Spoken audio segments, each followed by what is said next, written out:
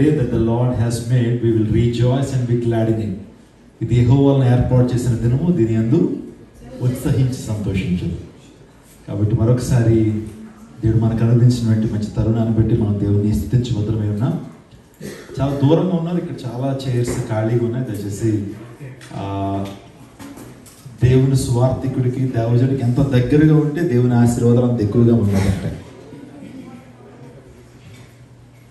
యాకోబు పత్రికలో ఒక మంచి మాట ఉంటుంది, 4వ అధ్యాయం 7వ వచనంలో, submit your lives to God, resist devil, then he'll flee from you, draw near to God, then God will draw near to you. దేవునికి దగ్గరగా రండి, అప్పుడు దేవుడు మీకు దగ్గరికి వస్తాడని దేవుని లేఖనం సెలవిస్తూ ఉంటాడు. ఉదయకాల ఈ యొక్క రాత్రికాల సమయంలో కొద్ది నిమిషాలు దేవుని వాక్యాన్ని ధ్యానం చేద్దాం. దేవుని వాక్యము word of God is so powerful, it's a living, అది సజీవమైనది. 2 అంచులు వాడిగల కట్టుకుని కంటే నువ్వు పదునుగా ఉండి ప్రాణాత్మలను మూలుగులను విభజించినంత వరకు దూరుచు హృదయం యొక్క తలంపులను ఆలోచనల్ని పరిశోధించాలి. Whenever we come to the Word of God can bring great change in our lives. Not only that, it can transform us into the image and likeness of God. దేవుని వాక్యము ఆయన స్వరూపంలోకి మనల్ని మారుస్తుంది. Praise God. దేవుడు తన వాక్కును పంపించి వారిని బాగు చేస్తున్నాడు. God sends his word and heals his people. మన జీవితాల్లో 3 రకాల స్వస్థతలు కావాలి. ఒకటి శారీరక స్వస్థత, మానసిక స్వస్థత, మూడోది స్పిరిచువల్ ఆత్మీయ స్వస్థత. isn't it?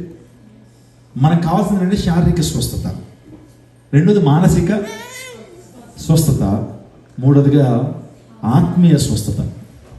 దేవుడు తన వాక్కును పంపించి వారిని ఏం చేశాడట? బాగు చేస్తాడట. మరి దేవుడు ఎలా మనతో మాట్లాడతాడండి? How can God speak to us? Very good. Through word God can speak to us. Through his servant God can speak to us. Through visions and dreams God can speak to us. కొన్ని సందర్భాల్లో ఆయన పరిస్థితుల ద్వారా కూడా దేవుడు మనతో మాట్లాడతాడు. దేవుని వాక్యం అనేటువంటిది ఇట్స్ ఎ ఇన్స్పిరేషన్. దేవుని వాక్యం అనేది by the inspiration, by the revolution. ఈ 66 బుక్స్ని దేవుడు ఎలా రాశాడంటే కొంతమంది భక్తుల్ని ఇన్స్పైర్ చేశాడు. ఓకే, మన కీర్తనలు, సామెతల గ్రంథం ఇవన్నీ చూస్తూ ఉన్నప్పుడు those are all books were written by the inspiration of God. కానీ కొన్ని గ్రంథాలు బై ద రెవల్యూషన్, దేవుడు స్వయంగా వాడిని చూపిస్తారు. దానికి ఎగ్జాంపుల్ ఏంటి చెప్పండి? The book of revolution. Very good, దాంట్లో ఉంది కాబట్టి. సో దేవుని వాక్యం 2 రకాలుగా రాయబడింది. ఒకటి the inspiration of the Holy Spirit and revolution of the Holy Spirit. Got it? So దేవుని వాక్యము మన జీవితంలో గొప్ప పరివర్తన తీసుకొస్తాడు. సో నేను ఒక సందర్భాన్ని చెప్పి నా సందేశాన్ని ప్రారంభిస్తాను. వైజాగ్ దగ్గరలో సింహాచలం పుణ్యక్షేత్రం ఉంది. సింహాచలం అనే పుణ్యక్షేత్రం ప్రతిరోజు అనేక మంది భక్తులు అక్కడికి వెళ్ళి పూజలు చేస్తుంటారు. ఒకరోజు జరిగిన వాస్తవం ఏంటంటే, ఆ సింహాచలం గుడిలో ఉన్నటువంటి గర్భగుడిలో దేవత మెడలో ఉన్న పచ్చలహారం పోయిందండి.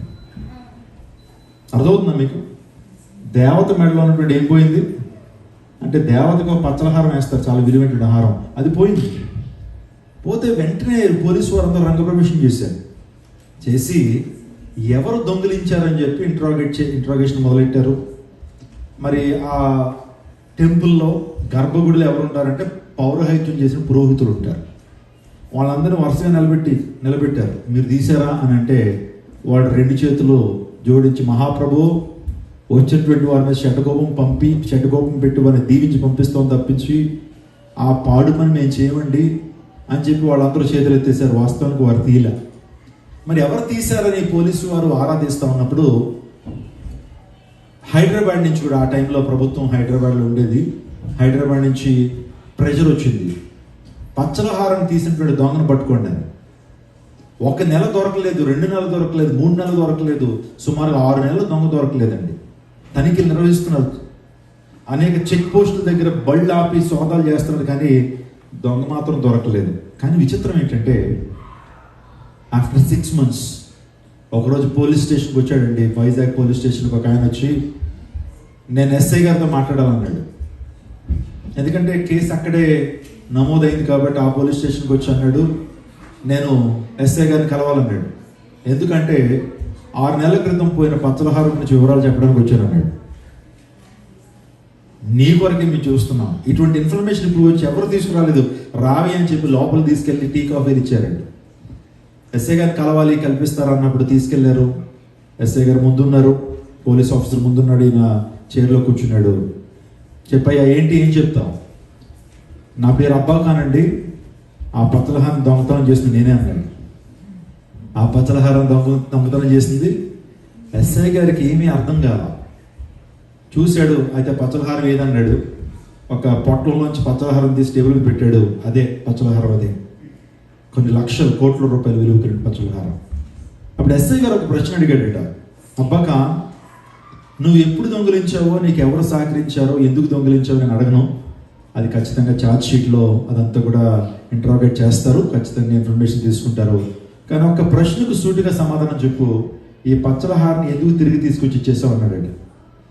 అబ్బాఖాన్ అన్నాడు, చాలా స్ట్రైట్ ఫార్వర్డ్ చెప్పింది ఏంటంటే, నేను ఒక వారం రోజుల క్రితం యేసుక్రీస్తు ప్రభు నా సొంత రక్షణ అంగీకరించాను, దొంగతనం మానేసి ఆ నేరాన్ని ఒప్పుకున్నానండి అన్నాడట. Praise God. You know what, my dear church, word of God can give us a transformation which no one can imagine. దేవుడు తన వాక్యం ద్వారా మనకు రూపాంతరం ఇచ్చినప్పుడు మనుషులు కూడా ఏం చేయలేరు. నా భర్త గారు ఇదివరకు ఒకలా ఉండేవాడండి, కానీ మారు మనసు పొందిన తర్వాత నాకే ఒక వింతగా కనబడుతున్నాడు అనే భార్య లేకపోలేదు. నిజంటే దేవుని వాక్యం కొన్ని సందర్భాల్లో మనం చాలా చాలా చులకనగా చూస్తుంటాం, కానీ దేవుని వాక్యానికి శక్తి చాలా గొప్పది. దేవుని లేఖనం ఊరికనే చెప్పలా. హెబ్రీ రాసిన పత్రికలో దేవుని వాక్యం సజీవమైనది. హల్లెలూయా. Word of God is so living. ఒక మనిషి ఏ విధంగా సజీవంగా ఉంటాడో దేవుని వాక్యం కూడా ఏంటి, మృతమైంది కాదు ఇది. నెపోలియన్ అంటాడు, Napoleon Bonaparte, word of God is not merely a book but it is the living person. ఎవరు? ఫ్రాన్స్ దేశం మిలిటరీ జనరల్ అంటాడు, word of God is not merely a book but it is the living person. ఒక వ్యక్తి ఏ విధంగా మాట్లాడతాడో, ఒక వ్యక్తి ఏ విధంగా చలిస్తుంటాడో, ఒక వ్యక్తికి ఏ విధంగా భావోద్వేగాలు ఉంటాయో, దేవుని వాక్యము సజీవమైనది. 2 అంచులు వాడగల ఖడ్గం కంటేను పొదునుగా ఉండి ప్రాణాత్మల్లో మూలుగులను మన బోన్ మ్యారో దాకా వెళ్ళిపోతాడ. మన జీవక్రియ జరిగేది బోన్ మ్యారోలోనే. ఎక్కడ జరుగుతుంది? రక్తం ఎక్కడ తయారవుతుంది? అక్కడికి వెళ్తుంది అక్కడ దేవుని వాక్యం. అందుని బట్టి సాత్వికంతో దేవుని వాక్యాన్ని ఏం చేయాలా? We need to accept the word of God with meekness. సాత్వికముతో దేవుని వాక్యాన్ని అంగీకరించినప్పుడు దేవుని వాక్యం ద్వారా మనం దీవెన పొందుకుంటాం, ఆశీర్వాదం పొందుకుంటాం. సో ఈ రోజున ఒక వ్యక్తి గురించి మీతో మాట్లాడడానికి పరిశుద్ధాత్మ ద్వారా ప్రేరేపించబడుతున్నాను. మార్నింగ్ 5 o'clockకి శాన్ ఫ్రాన్సిస్కోలో ఫ్లైట్ తీసుకున్నాను. ఫ్లైట్ లేట్ అయింది, ఫీనిక్స్లో ఆగటం జరిగింది. లే ఓవర్ 4-5 hours పట్టింది. ఇక్కడ రావడం జరిగింది. తీరా ఎయిర్పోర్ట్లోకి వచ్చేటప్పటికి నా లగేజ్ మిస్ అయిపోయింది. దేవుడు మహాకృప మళ్ళీ ఈ షర్ట్ ఒకటి కొనుక్కుని మళ్ళీ ప్రాంతానికి రావడం జరిగింది. ఎనీవేస్, దేవుడు మనకు మంచి సమయాన్ని ఇచ్చాడు, దేవుని స్థితిలో గడిపేటువంటి మంచి సమయం. సో నేను చెప్పేటువంటి ఈ మాటలు కొన్ని మీ యొక్క మనసులోకి తీసుకోండి. దేవుని వాక్యం ద్వారా ఒక మాట చెప్తున్నాను. If you listen the word of God very carefully, your life will never be the same again. ఆమేన్. ఆమె చెప్పండి అందరూ కూడా. మునుపటి వలె మీ జీవితాలు ఉండకుండా మీరు ఫలించాలి, అభివృద్ధి పొందాలి, మీరు విస్తరింప చేయబడాలి, అన్ని విషయాల్లో ప్రాస్పర్ అవ్వాలనే ఆలోచన మీకు ఉన్నట్లయితే listen the word of God. దేవుని వాక్యాన్ని శ్రద్ధగా వినండి, అది మీ జీవితంలో కార్యం జరిగిస్తుంది. Turn your Bibles to 1 Chronicles 4th chapter verse 9. 1 Chronicles 4th chapter and verse 9. దినవృత్తాంతుల గ్రంథం, మొదటి దినవృత్తాంతుల గ్రంథం 4వ అధ్యాయం 9వ వచనం చదువుకుందాం. ఎబ్బేజు తన సహోదరుల కంటే ఘనము పొందిన వాడై ఉండెను, వేదనపడి ఇతని కంటినని అతని తల్లి అతనికి ఎబ్బేజు అని పేరు పెట్టెను. చూడండి, here is a prominent person. ఎబ్బేజు ఒక prominent person in the word of God. దేవుని వాక్యంలో ఒక శ్రేష్టమైన వ్యక్తిగా కనబడుతుంటాడు. బైబిల్లో ప్రతి మాటకు ఒక మంచి అర్థం ఉందండి. అర్థం లేకుండా వ్యర్థంగా ఏ మాట కూడా రాయించి పెట్టాల దేవుడు. ఎబ్బేజు అనే మాటకు అర్థం ఏంటంటే, అక్కడ మనం చదువుకున్నాం, బ్రదర్ చదివారు. ఎబ్బేజు తన తల్లి తన కంటున్నప్పుడు వేదన పడి తన కన్నిందట. అందును బట్టి పుట్టగానే ఆ కుమారుడికి ఏమని పేరు పెట్టింది? వేదన అని పేరు పెట్టింది. మన భాషలో చెప్పుకోవాలంటే వేదన కుమార్ అని పేరు పెట్టింది. అదే ఎబ్బేజు అని పేరు పెట్టింది. ఎబ్బేజు తన సహోదరులందరికంటే ఘనము పొందినటువంటి వాడు. ప్రసవ వేదన అనే మాట చూస్తున్నాను. లేబర్ పెయిన్ అని పిలుస్తూ ఉంటాం, ప్రసవ వేదన. ఇక్కడ చాలా మంది స్త్రీలు ఉన్నారు, మీ జీవితంలో ప్రసవ వేదన అంటే తెలియదు, నాకు తెలియదు. కానీ ప్రసవ వేదన గురించి చాలా మంది వైద్యశాస్త్రం చెప్తుంటారు. ఏంటంటే, ఒక స్త్రీ యొక్క ప్రసవ వేదన ఎలాంటిదంటే, మానవుని శరీరంలో ఒక 25 ఎముకలు ఒక్కసారిగా బ్రేక్ అయిపోతే ఎంత పెయిన్ వస్తుందో అంత పెయిన్ ఉంటుందట ప్రసవ వేదన. మాకు అనుభవం లేదు, కానీ డాక్టర్లు చెప్తారు ఏంటంటే, శరీరంలో 25-24 ఎముకలు ఒక్కసారిగా పడపడ ఇరిగిపోతే ఎంత పెయిన్ వస్తుందో ఆ మనిషికి అంత పెయిన్ ఉంటుందట ప్రసవ వేదన. ఆ ప్రసవ వేదన తల్లికి ఉన్నది కాబట్టి ఒక కుమారుడికి జన్మను ఇచ్చింది. మన ప్రభుని యేసుక్రీస్తు ప్రభు వారు కూడా మనందరినీ కూడా ఆత్మీయంగా మనందరూ కూడా నూతన జన్మ పొందుకోవడానికి మన ప్రభువు కూడా ప్రసవ వేదన పొందాడు. ఎక్కడ? కలువరి గిరిలో శిలువ రానుపోయి. ఆ ప్రసవ వేదన ఆయన పడకపోతే ఇది మనం నూతన జన్మను మనం పొందుకునేటువంటి వారుగా ఉండేటువంటి వారము కాదు. రక్షణ అనేది ఎలా వచ్చింది? యేసుక్రీస్తు ప్రభు వారు తన అమూల్యమైన రక్తాన్ని మన కోసం చిందించినప్పుడు. ఆయన ఒకవేళ ఈ లోకానికి రాకపోతే, ఆయన అమూల్యమైన రక్తాన్ని కార్చకపోతే మనకు పాపముల నుంచి ఏమి లేదు, విమోచన లేదు, విడుదల లేదు. అందుని బట్టి ప్రభు యేసు ప్రభు వారు కూడా మన కొరకు ఆయన ప్రసవ వేదన పొందినట్లుగా మనం చూస్తూ ఉంటాం. అందుని బట్టి మనం ఎక్కడి నుంచి పుట్టామని పేతురు అంటాడంటే, మొదటి పేతురు రాసిన పత్రిక 1:22-23 ఆ మాట మనం చదువుతాం. మనం ఎక్కడి నుంచి పుట్టాం, ఎలా మనం నూతన జన్మను పొందుకున్నాం అంటే, ఇక్కడ శారీరక జన్మ గురించి మాట్లాడలేదు, కానీ ఆత్మీయంగా మనందరం జన్మించాం కదా. నూతన జన్మానుభవం అది ఎక్కడి నుంచి కలిగింది, ఎవరి ద్వారా కలిగింది అంటే, దేవుని వాక్యం చెప్తుంది. చదవండి బ్రదర్. మీరు క్షయ బీజము నుండి కాక శాశ్వతమగు జీవము గల దేవుని వాక్యము మూలముగా అక్షయ బీజము నుండి పుట్టింపబడిన వారము. చూడండి, మనం ఎక్కడి నుంచి పుట్టామట? అదేంటి సార్, మా తల్లి నాకు జన్మనిచ్చిందంటే ఎక్కడి నుంచి పుట్టామంటారేంటి మీరు? ఆత్మీయంగా మాట్లాడుతున్నాను. మనం నూతన జన్మ పొందుకోకపోతే దేవుని రాజ్యాన్ని స్వతంత్రించుకోగలమా? నికోదేముతో ప్రభు ఏమన్నాడు? Unless you born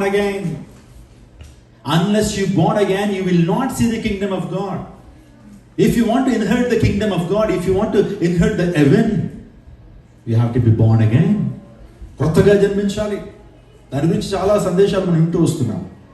అంటే గొంగళ పురుగు లాంటి మన జీవితాలు సీతాకోక చిలుకగా మార్చబడాలి. ఇప్పుడు బాగా అర్థమవుతుంది. మనం పోలని చూస్తుంటాం కదండి. సో గొంగళ పురుగు ఏం చేస్తుంది? మొక్కల మీద ప్రాకి ఏం చేస్తుంది? చెప్పండి, బయాలజీ స్టూడెంట్స్ చెప్పండి. పాలినేషన్ మనకు తెలుసు. ఏం చేస్తుంది? పరపరాగ సంపర్కం చేస్తుంది కదా. గొంగళ పురుగుగా ఉన్నప్పుడు అది చెట్టును తినేసింది, ఆకులను తినేసింది, చెట్టుకు కీడు చేసింది. కానీ ఎప్పుడైతే when it transforms from caterpillar life to butterfly, అది ఏం చేస్తుందంటే మొక్కలకు మేలు చేస్తుంది. నూతన జన్మానుభవం మనం పొందుకున్న తర్వాత ఒకప్పుడు కుటుంబానికి, సమాజానికి కీడు చేసినటువంటి వారు, మనం కీడు తలపెట్టుకున్నటువంటి వారు. కానీ ప్రభు మనం రూపాంతరపరిచిన తర్వాత నూతన జన్మానుభవం వచ్చిన తర్వాత మనం ప్రయోజనకరంగా మారతాం. హల్లెలూయా. దేవుడు అదే కోరాడు. Unless you born again, you will not see the kingdom of God. దేవుని రాజ్యాన్ని చూడాలంటే నూతన జన్మానుభవం పొందుకోవాలి. ఇప్పుడు చెప్పండి, ఆ నూతన జన్మానుభవం మనం ఎలా పొందుకున్నాం? ఏ బీజం నుంచి మనం పుట్టాం? అక్షయ బీజం నుంచి మనం పుట్టినటువంటి వారు అన్నాడు. నేను ఇది మీకు ఫిలాసాఫికల్గా అనిపించవచ్చు. ఈరోజు నాకు కొన్ని శాస్త్రమైన విషయాలు ఎబ్బేజు గురించి మనం ధ్యానం చేద్దాం. ఎబ్బేజు తన సహోదరులందరికంటే ఘనం పొందినవాడు. తన సహోదరులందరికంటే ఏం పొందినవాడట? ఘనం పొందినటువంటి వాడు. అంటే ఆశీర్వదించినటువంటి వాడు. దేవుడు ఎబ్బేజును దీవించడానికి కారణాలు ఏంటి? అవును, దేవుడు ఎవరిని దీవిస్తాడు? దేవుడు ఎవరిని ఆశీర్దిస్తాడు? దేవుడు ఎవరిని గణపరుస్తాడంటే తను గణపరిచేటువంటి వాడిని దేవుడు ఏం చేస్తాడు? గణపరుస్తాడు. As simple as that. If you honour God, God will honour you. God honors people, those who honor him. God despise people, those who despise him. సమయల గ్రంథంలో చూస్తుంటాను. ఆయన ఘనపరిచేటువంటి వాడిని ప్రభు ఏం చేస్తాడు? ఘనపరుస్తాడు. ఐశ్వర్య ఘనతలు స్థిరమైన కలిమియు నీతియు నా యొద్ద ఉన్నవి అన్నాడు. దేవుని దగ్గర ఏమున్నదట? ఐశ్వర్య ఘనతలు స్థిరమైన కలిమియు నీతియు నా యొద్ద ఉన్నవి. నన్ను ఘనపరచు వారిని నేను ఘనపరచుదునని ప్రభు అన్నాడు. ఈ రోజున మన జీవితాల్లో దేవుని ఘనపరుస్తున్నామా? దేవుని గణపరచడం అంటే దేవునికి ప్రయారిటీ ఇవ్వటం, దేవుని ఆనర్ చేయటం. మన జీవితాల్లో దేవునికి ఏ స్థానాన్ని ఇస్తున్నాం? మనం ఏ స్థానాన్ని ప్రభువుకు మనం ఇస్తున్నాం? Matthew 6:33 ఉంది. First seek my kingdom and my righteousness, then all things shall be added unto you. మొదట నా రాజ్యం నా నీతిని మొదలు వెతుకుడి, అప్పుడు మీకు అవన్నీ అనుగ్రహించబడు. దేవుని గణపరిచేటువంటి వారిగా మనం ఉండాలి. దేవుణ్ణి తృణీకరించేటువంటి వారు ఉంటే దీవించబడలేము. బైబిల్ గ్రంథంలో కొంతమంది దేవుణ్ణి తృణీకరించారు. వారిలో ప్రాముఖ్యంగా చెప్పాలంటే ఫరో, ఐగుప్తు సామ్రాజ్యాన్ని పరిపాలన చేసిన ఫరో మోషే ఎలా అంటాడు? నా ప్రజలను విడిచిపెట్టా అంటే యెహోవా ఎవడన్నాడు? హూ ఇస్ యెహోవా? ఎవడు నీ దేవుడు అని చెప్పి చాలా చాలా ఒకటిగా చెప్పాలంటే గర్వంతో మాట్లాడాడు. యారగెన్స్. ఏం జరిగింది ఫరో జీవితం? ఫరో జీవితం ఏమైంది చెప్పండి? ఎర్ర సముద్రంలో పడి ఏమయ్యాడు? నాశనం అయ్యాడు. అంటే ఈరోజున మనం ఎవరైతే దేవుని గణపరిచేటువంటి వారు ఉంటామో మనల్ని దేవుడు గణపరుస్తాడు. దేవుడిని తృణీకరించేటువంటి వారు వారి జీవితాలు పతనం అవుతాయి. నెబుకద్నెజరు మనకు తెలుసు కదా. Who is Nebuchadnezzar? బబులోను సామ్రాజ్యపు అధినేత. అంటే ఒక సామ్రాజ్యం ప్రపంచాన్ని ఏర్పాటు చేస్తుంది, అదే బాబిలోనియన్ కింగ్డమ్. దాన్ని స్థాపించినటువంటి వాడు, దాని ఫౌండర్ ఎవరంటే నెబుకద్నెజర్. గర్వించాడు, దేవుని తృణీకరించాడు. మీకు తెలుసా, దేవుడు ఆ వ్యక్తికట పశు స్వభావం ఇచ్చాడట. యానిమల్ మైండ్ వచ్చేసింది, గడ్డి తిన్నాడటండి ఆ వ్యక్తి. గర్విష్ఠుల చేత దేవుడు ఏం తినిపిస్తాడు? గడ్డిని తినిపిస్తాడట. తన తర్వాత బెల్షజర్ వచ్చాడు. వచ్చి తను చేసిన తప్పిదం ఏంటి తెలుసా? ఇశ్రాయేలు దేవాలయంలో ఉన్నటువంటి ఉపకరణాలు ఏదైతే ఉన్నాయో, అక్కడ ఉన్న పాత్రలు, అక్కడ గ్లాసులు అనుకోవచ్చు, వాటిలో వారందరూ కూడా పార్టీ చేసుకుని దేవుని మందుల ఉపకరణాలతో వాళ్ళు ఏం చేశారంటే అపవిత్రమైనటువంటి కార్యాలు చేశారు. వాళ్ళు వాటిల్లో లిక్కర పోసుకుని మద్యపానం సేవిస్తూ దేవుని ఉపకరణాలు ఏం చేశారు? అపవిత్రపరిచి వారు అపవిత్రులు అయిపోయారు. వెంటనే అతని స్థితి సరిగ్గా లేకపోయేటప్పుడు దేవుడు అనుకున్నాడు, ఒక రాతను పంపించాడు. చేయి రాత వచ్చి గోడ మీద ఏం రాస్తుంది? మెనే మెనే టేకల్. ఏంటి దాని అర్థం ఏంటి? బెల్షజర్, దేవుడిని త్రాసులో వేసినప్పుడు తేలిపోయావయ్యా నువ్వు. ఏమన్నా మనకు తక్కిడి తెలుసు కదండి.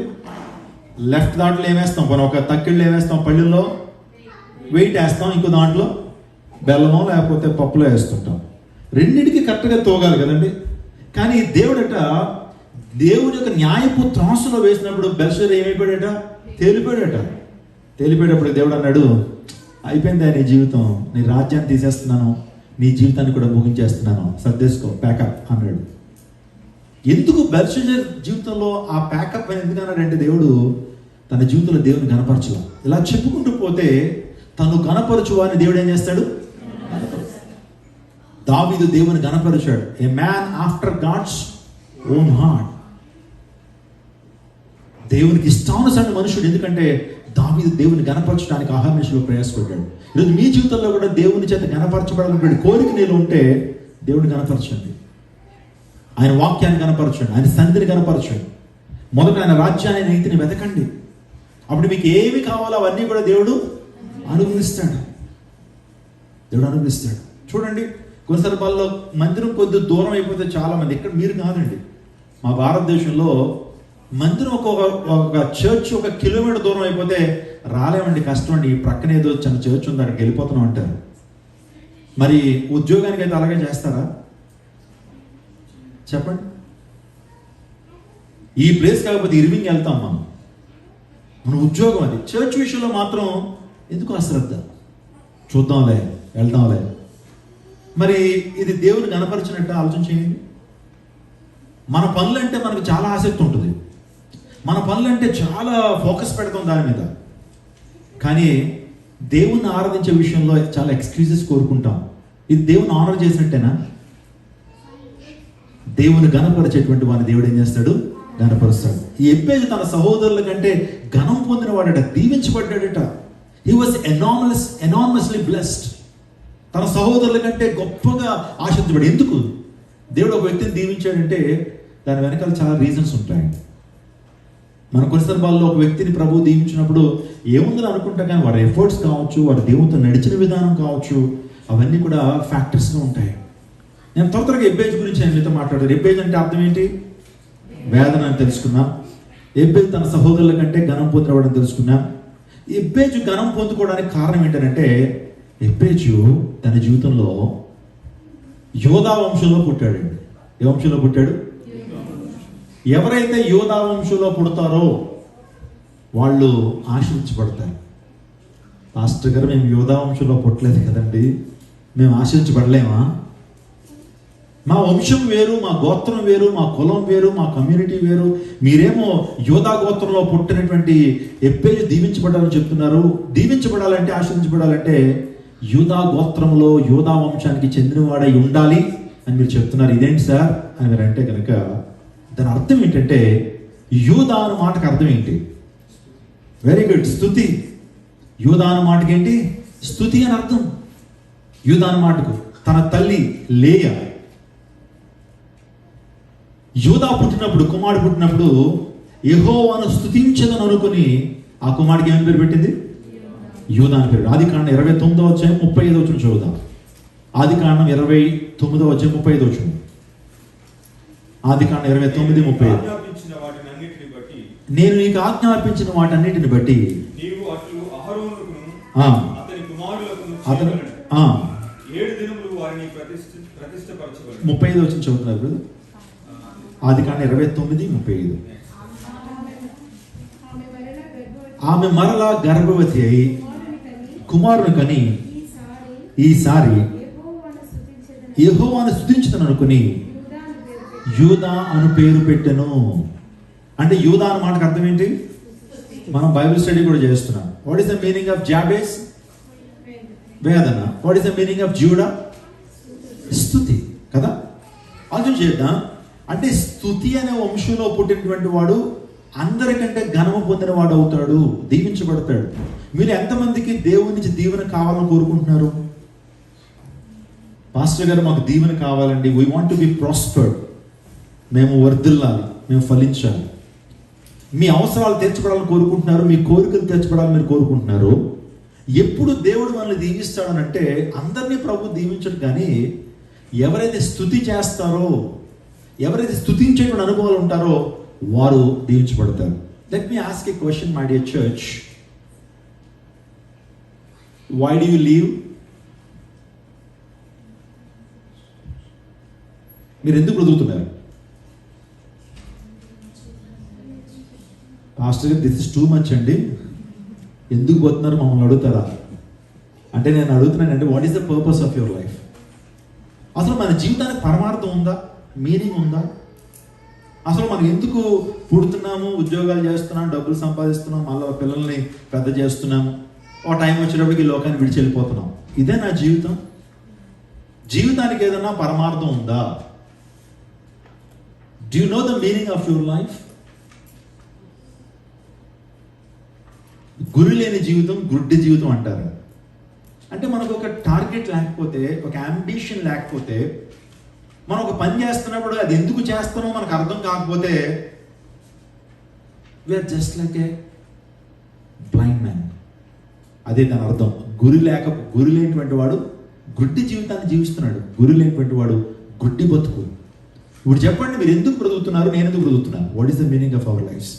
Once I was happy to travel in a flight from Dubai to Hyderabad.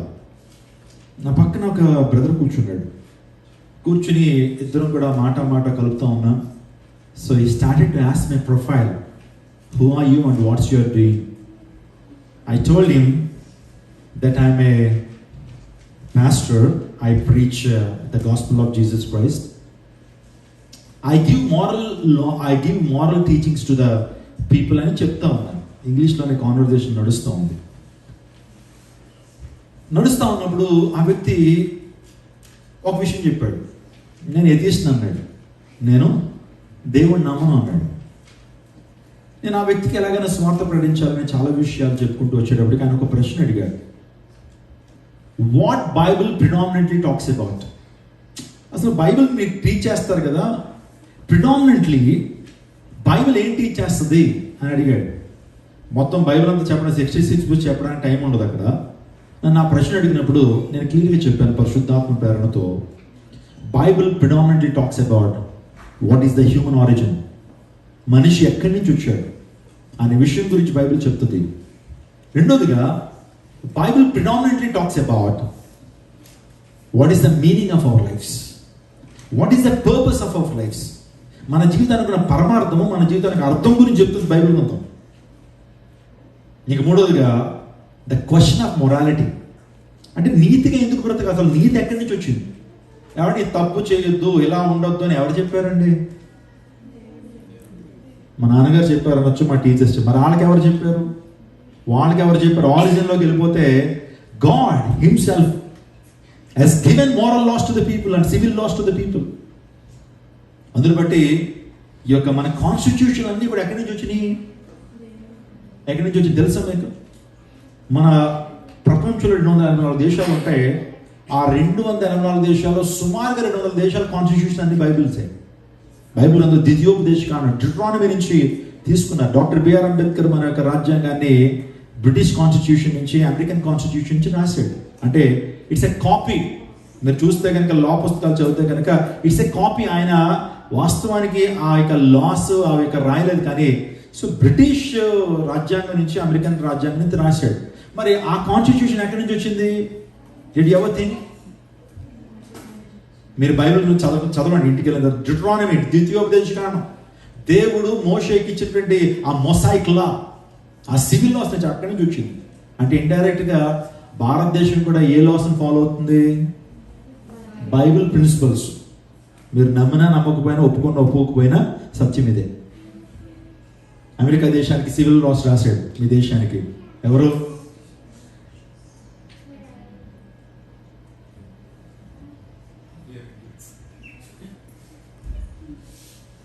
Martin Luther king junior. Okay, ఆయన సివిల్ లాస్ ఎక్కడి నుంచి రాశాడు? బైబిల్ నుంచి రాశాడు. ఓకే, చర్చ్ నేనేం చెప్పడానికి ప్రయత్నం చేస్తున్నానంటే, అని చెప్పింది ఇదే, the question of morality. And last one, the destiny of our lives. జీవితానికి ఉన్న పరమార్థం ఏంటి, అర్థం ఏంటి, ఎక్కడి నుంచి వచ్చాం, చనిపోయిన తర్వాత ఎక్కడికి వెళ్తాం, వాట్ హ్యాపెన్స్ ఆఫ్టర్ డెత్.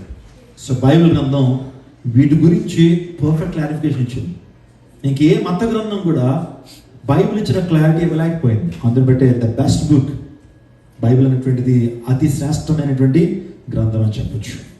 ఆ వ్యక్తి సువార్త విన్నాడండి. సుమారుగా 2 hours 1-on-1 ఆ కాన్వర్జేషన్ జరిగిన తర్వాత ఫ్లైట్ దిగిపోతున్న టైంలో ఒక మాట అన్నాడు, brother, we have really having a meaningful talk so far. I want to embrace Jesus Christ as my personal saviour. Praise God, హల్లెలూయా. ఎందుకు మాట చెప్పానంటే, బైబిల్ మన యొక్క హ్యూమన్ ఆరిజిన్ గురించి. ఇప్పుడు నా క్వశ్చన్ ఏంటంటే, మిమ్మల్ని అడుగుతుంది, మీరు ఎందుకు బ్రతుకుతున్నారు అని అంటే, మీ జీవితానికి ఉన్న పరమార్థం ఏంటి? ఎప్పుడు ఆలోచన చేశారా? చాలామంది అంటారు, మా పిల్లల కోసం బ్రతుకుతున్నాను సార్, లేకపోతే డబ్బు కోసం బ్రతుకుతున్నాను అంటారు చాలామంది. ఉద్యోగం కోసం, విద్యకు పరమార్థం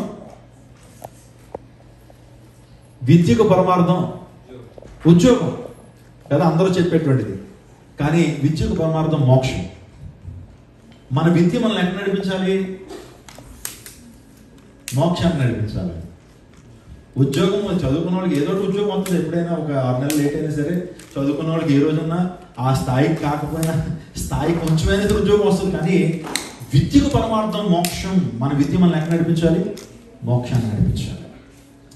ఇప్పుడు చెప్తున్నాను చూడండి, మన జీవితానికి ఉన్న పరమార్థం చెప్తున్నాను. అదేంటంటే, దేవుణ్ణి మహింపరచడం మన జీవితానికి ఉన్న పరమార్థం. దేవుని మహింపరచడమే మన జీవితానికి కొనపడదు. యెషయా గ్రంథము 43:21. యెషయా గ్రంథము 43:21 చదువుకుంటారు. Turn your Bibles to the book of Isaiah, chapter 43 and verse 21. నా నిమిత్తము నేను నిర్మించిన నా జనులు నా స్తోత్రమును. వండర్ఫుల్. ఇప్పుడు అర్థమైందండి. ఈ యొక్క వచనాన్ని జాగ్రత్తగా అర్థం చేసుకుంటే దేవుడు అంటున్నాడు, నేను నిర్మించిన నా జనులు నా స్తోత్రమును ప్రచురం చేదురు. అంటే దాని వాట్ డస్ ఇట్ మీన్? దేవుడు కలుగు చేసుకున్నాడు ప్రజలు, వాళ్ళు ఏం చేయాలట?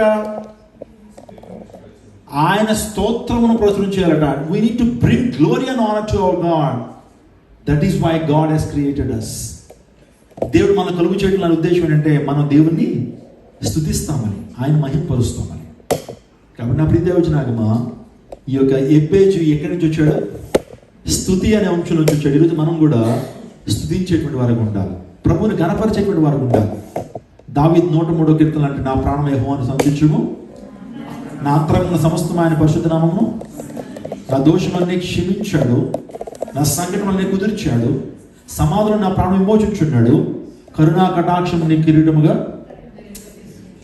ఇప్పుడు చూడండి, దేవుడు చేసిన ప్రతి మేలును బట్టి మన దేవుని ఏం చేయాలి? we need to have an attitude of gratitude. మన హృదయంలో ఎప్పుడూ కూడా కృతజ్ఞత కృతజ్ఞత కృతజ్ఞత. కరోనా టైంలో మన ముందు చాలామంది మరణించారు. మనకంటే గొప్పవాళ్ళు, మనకంటే ధనికులు, మనకంటే ఆస్తిపరులు, మనకంటే అందగాళ్ళు, మనకంటే బలవంతులు, మనకంటే ఆరోగ్యవంతులు అనేక మంది మన ముందు మరణించలేదా? రోజు మనం బతుకున్నామంటే ఎప్పుడైనా ఆలోచన చేస్తారా? Whatever we're today, it is by the grace of God. ఏదో మన గొప్పతనం, మన తెలివితేటలు, మన జ్ఞానం ఏమి కాదండి. గుజరాత్లో ఒక డాక్టర్ గారు ఉన్నారండి. ఆయన 16,000 బైపాస్ ఆపరేషన్ చేశాడు. ఆయన పేరు గౌరవ్ గాంధీ. మీరు ఇంటికి వెళ్తారు, గూగుల్ చేసుకోండి. గౌరవ్ విన్నారా? 16,000 బైపాస్ ఓపెన్ హార్ట్ సర్జరీ చేశాడు. ఆయన వయసు 40 సంవత్సరాలు, 39 40. ఒకరోజు హార్ట్ అటాక్తో చచ్చిపోయాడు. గుజరాత్ షాక్ అయిపోయింది. ఆ డాక్టర్ అట అనేక వీడియోలు చేస్తాడట, హార్ట్ అటాక్ రాకుండా ఎలాంటి ఎక్సర్సైజ్ చేయాలి, ఎలాంటి ఫుడ్ తినాలి అని అందరికీ ప్రికాషన్స్ ఇచ్చేటువంటి ఆయన ఏజ్ పెద్ద ఎక్కువేం కాదు. అసలు అనుకున్నాడు, నా జీవితంలో నాకు గుండె నొప్పి రాదనుకున్నాడు ఆ వ్యక్తి. కానీ డాక్టర్ గారికే తప్పలేదు. 16,000 ఆపరేషన్ ప్రతిరోజు గుండెను అలా చూస్తాడు ఆయన లైవ్గా. ఆ వ్యక్తి మరణించాడంటే మనం బతుకున్నామంటే ఆలోచన చేయండి. మనం బతుకున్నామంటే ఇది మన గొప్పతనం కాదు. గుర్తించండి, ప్రభువుని స్తుతించండి, ప్రభువుని కనపరచండి. స్తుతి మీ స్థితి మారుస్తుంది. ఆమెన్. స్తుతి చేయడం ద్వారా దేవుడు మీ స్థితిని ఏం చేస్తాడు? మారుస్తాడు. అంటే స్తుతి అనేటువంటిది కలిమిలో మాత్రమే కాదు. దేవుని గణపరచడం అనేది ఉద్యోగం వచ్చినప్పుడు మాత్రమే కాదు. దేవుని గణపరచడం అనేది మీ బిడ్డలు మంచి ఫస్ట్ ర్యాంక్లో పాస్ అయినప్పుడు మాత్రమే కాదు. ఒకవేళ నీ జీవితంలో కొన్ని కష్టాలు వచ్చినప్పుడు కూడా ఆ స్తుతి అనేటువంటి వైఖరిను కలిగి ఉంటూనే ఉండాలి. యోబు తన జీవితంలో అన్నీ ఉన్నప్పుడు దేవుని కనపరిచాడు కదా. అరుణోదయములు లేచి యోబు ఏం చేశాడు? తన బిడ్డల కోసం, తన కోసం ఏం చేశాడు? దహన బలి అర్పించాడు. అంటే దేవుని స్తుతించాడు, దేవుని మహింపరిచాడు. ఓకే, అన్నీ ఉన్నప్పుడు అన్నీ పోయినాయి. తన జీవితంలో అన్నీ పోయినప్పుడు కూడా భార్య వచ్చి అంటుంది, యోబు ఇంకా నా యథార్థాన్ని విడిచిపెట్టవా? దేవుడిని దూషించి చావు అంతే. అప్పుడు యోబు ఏమంటాడు? మూర్ఖురాలా, అన్నీ ఉన్నప్పుడు నా దగ్గర తిన్నావా? నువ్వు అనుభవించావా? కారు ఉన్నప్పుడు, బంగ్లా ఉన్నప్పుడు, ఫుడ్లన్నీ హోటల్కి తిప్పాను నేను. నాకు సమస్య రాగానే ఎంత మాట అంటావు నువ్వు? అసలు నువ్వు భార్యవేనా అసలు అన్నాడండి. ఏమన్నాడు? మూర్ఖురాలు మాట్లాడుతున్నావు. మూర్ఖురాలని కూడా నోటి మాటల ద్వారా దూషించలేదు. యెహోవా ఇచ్చెను, యెహోవా తీసుకుని. God has given me and God has taken away from me. All glory belongs to God. యెహోవా ఇచ్చెను, యెహోవా తీసుకుని పోయినో, యెహోవా నామానికి మహిమ కలుగును గాక. Are you worshiping God in your adversities? You can worship God in your advantages, but I'm asking a question. Are you worshiping God in your adversities? In your difficult times? In your tough times? దేవుడు దాన్ని చూస్తాడండి. అలాంటి వారిని దేవుడు రెండంతలుగా దీవిస్తాడు. స్తోత్రం చెప్పండి, హల్లెలూయా. కష్టాల్లో దేవుడిని ప్రతిస్పందన చూస్తాడు. How do you manage? How do you worship in your tough times? దేవుడు ఆ పరిస్థితుల్లో నీ విశ్వాసాన్ని పరీక్షిస్తాడు. So is God test our faith or not? Is God test our faith? Yes or no? Yes, sure. దేవుడు ఖచ్చితంగా నువ్వు విశ్వాసం అయితే, ఒక 5 సంవత్సరాలు విశ్వాసం నీకు ఉన్నట్లయితే, మందిరానికి వెళ్తున్నట్లయితే, ఒక సందర్భంలో ఏదో ఒక సందర్భంలో దేవుడిని విశ్వాసాన్ని పరీక్షిస్తాడు. Let me give an example. ప్రభు దగ్గరికి సురోఫెనికే స్త్రీ వచ్చింది. సురోఫెనికే స్త్రీ అంటే కానానైట్ ఉమెన్, కనాను స్త్రీ వచ్చింది. అప్పుడు ప్రభు ఎక్కడున్నాడు అని ఆలోచన చేస్తే, ఇజ్రాయెల్ దేశంలో తూరు, సీదోన్ అనే ప్రాంతాలు ఉన్నాయి. తూరు, సీదోన్, మీ భాషలో చెప్పుకోవాలంటే ఆస్టిన్, డాలస్ లాంటి పట్టణాలు ఉన్నాయి. ఆ పట్టణాల్లో ప్రభు ఉన్నాడు. ఉన్నప్పుడు ఒక స్త్రీ ప్రభుని వెతుక్కుంటూ వచ్చింది. అప్పుడు ప్రభు అన్నాడు తన శిష్యులకి, ఆంతరంగిక శిష్యులు ఉన్నారు. ఎవరు ప్రభుకి ఆంతరంగిక శిష్యులు? ఎవరు? Inner circle disciples, Peter, John, James. ఈ ముగ్గురికి చెప్పాడు, నాకు కొద్దిగా ప్రైవసీ కావాలి, ఎవరు నా దగ్గర పంపించొద్దు అన్నాడు. మరి ఆమె ఎలా ట్రై చేస్తుందో, మరి ఎవరిని కన్విన్స్ చేస్తుందో తెలీదు. ప్రభు ఒక టేబుల్ దగ్గర కూర్చోడానికి వచ్చింది. వచ్చినప్పుడు ప్రభువుని అడిగింది, అయ్యా నాకు ఒక ఫేవర్ చేసి పెట్టాలయ్యా, నీ దగ్గర నుంచి ఒక అద్భుతం కావాలి అని అడిగింది. అప్పుడు ప్రభు అంటాడు, I came to this world to save only Israelites, not Gentiles. Get lost అన్నాడు ప్రభు. ఎలాగా అన్నాడు అంటే ఎంత రూడ్గా ఉన్నాడు, కానీ ప్రభు యొక్క ఉద్దేశం అదే. నేను ఈ లోకానికి వచ్చింది ఇజ్రాయెల్ రక్షణ కొరకు వచ్చాను, కానీ అన్ని జనుల రక్షణ కొరకు రాలేదన్నాడు. ఈ స్టేట్మెంట్ రాంగా రైటా? ప్రభు వాస్తవానికి ఇక్కడ ఆయన వాస్తవం చెప్పలా, ఆయన అందరి కోసం వచ్చాడు. ఏమండి, యేసుక్రీస్తు కొందరికి దేవుడు అని రాయబడిందా? అందరికీ ప్రభు. ప్రభు ఈ లోకానికి అందరి కొరకు తన రక్తాన్ని కార్చాడా, లేకపోతే యూదా జాతి కోసం కార్చాడా? వాస్తవానికి అందరి రక్షణ మాత్రం వచ్చాడు ఆయన. భూదిగంత నివాసులారా అన్నాడు. ఏమండి, అంతటా కొందరే మారు మనసు పొందాలన్నాడా? అంతటా అందరూ మారు మనసు పొందాలి. యూనివర్సల్ గా ఆయన రక్షణ లోకాన్ని తీసుకొచ్చాడు. కానీ ఆమె దగ్గర మాత్రం ఏమన్నాడు? ఇశ్రాయేల్ కోసం అన్నాడు. అంటే you have to understand one thing, my dear church, God is testing her faith. Okay, మొదట రావద్దన్నాను, అయినా వచ్చేసింది. సెకండ్ స్టెప్, అమ్మ నేనేం చేయనమ్మా అన్నాడు. ఇంకొకటి థర్డ్ డిగ్రీ ఏంటంటే, ఏమన్నాడు తెలుసండి? థర్డ్ డిగ్రీ ఏంటంటే, you are just like a dog. నువ్వు కుక్క లాంటి దాని అన్నాడు.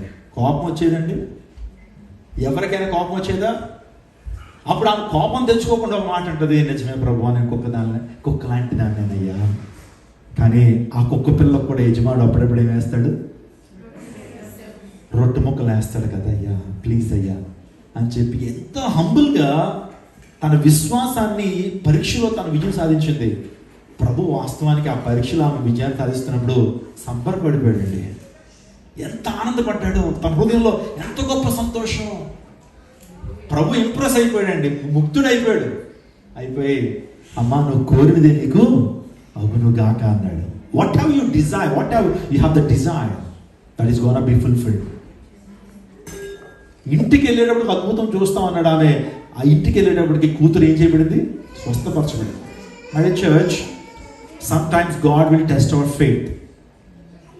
విశ్వాసంలో దేవుడు మనల్ని పరీక్షిస్తాడు.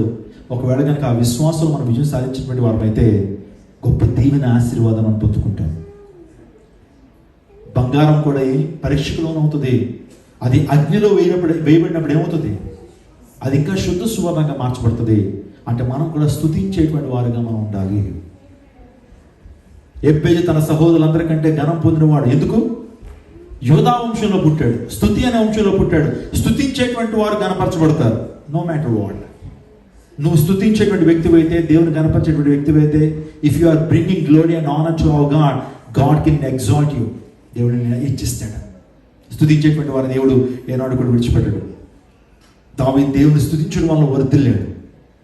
I will extol my God in all the times of my life. అన్ని వేళల్లో నేను స్తుతిస్తానయ్యా అని ప్రభువుని గణపరిచినటువంటి వాడు దావీదు. అందులో బట్టే దావీదుని దేవుడు ఎక్కడ గొర్రెల కాపరి, ఎక్కడో ఇశ్రాయేల్ దేశానికి రాజుగా 40 సంవత్సరాలు పరిపాలన చేశాడు. యోసేపు దేవుని గణపరిచాడు. అందుని బట్టి యోసేపుని దేవుడు గణపరిచాడు. దానియేలు దేవుని గణపరిచాడు. దానియేలుని దేవుడు గణపరిచాడు. ఎబ్బేజు తన సహోదరులందరికంటే ఘనం పొందినటువంటి వాడు. రెండోదిగా ఎబ్బేజు గొప్ప ప్రార్థనాపరుడండి. ఎబ్బేజు గురించి చెప్తున్నప్పుడు మనం చాలా సందర్భాల్లో ఈ వాక్యం విన్నాం కదండి. జాబేజ్ గురించి చాలా సందర్భాల్లో మనం విన్నాం. ఈ జాబేజ్ గొప్ప ప్రార్థనా వీరుడు. తను చేసిన ప్రార్థన ఎవరికైనా గుర్తుందా? తను ఏం ప్రార్థన చేశాడు? వెరీ గుడ్, చెప్పండి. మామూలుగా సరిహద్దులు విశాలపరచమని అడిగాడు. ఎవరు చెప్తున్నాడు చెప్పండి, చదవండి ఒకసారి. దినవృత్తాంతాల గ్రంథం 4వ అధ్యాయం 10వ వచనం. దినవృత్తాంతాల గ్రంథం 4వ అధ్యాయం 10వ వచనం. ఎబ్బేజు ఇశ్రాయేలు దేవుని గురించి మొర్రపెట్టి, నీవు నన్ను నిత్యం, చూడండి point number 1, prayer point number 1, నీవు నిత్యముగా నన్ను ఆశీర్వదించి నా సరిహద్దులు విశాలపరిచి నీ చెయ్యి నాకు తోడుగా ఉండ దయచేసి, ఏ కీడు రాకుండా దానిలో నుంచి నన్ను తప్పించుము. What an amazing prayer. Lord surely bless me, నన్ను నిశ్చయంగా దీవించు. ఎక్స్టెండ్ మై టెరిటరీస్, నా సరిహద్దులు ఏం చేయి, విశాలపరచు. ఏ కీడు నాకు రాకుండా, కీడు నుంచి నన్ను తప్పించు. నీ చేయి నాకు తోడుగా దయచేయాలి. ఈ 4 ప్రేయర్స్ మనం కూడా అనుదిన ప్రాంతాల్లో ఇవి ఇంక్లూడ్ చేయాలి. ప్రభు నన్ను దీవించు అని అడగాలి ప్రభు. అందుని బట్టి ఎబ్బేజు ఏ ప్రేయర్ వారియర్ అండి. ప్రార్థన అంటే ఏంటి? What do you mean by prayer? Talking with God, otherwise communication with God, communion with God. ప్రార్థన మన జీవితాల్లో గొప్ప ఆశీర్వాదం తీసుకొస్తుంది. Prayer brings great blessing in our lives. Prayer brings great revival. Prayer changes things. Prayer helps us to know the God's will. Prayer gives holiness. Amen.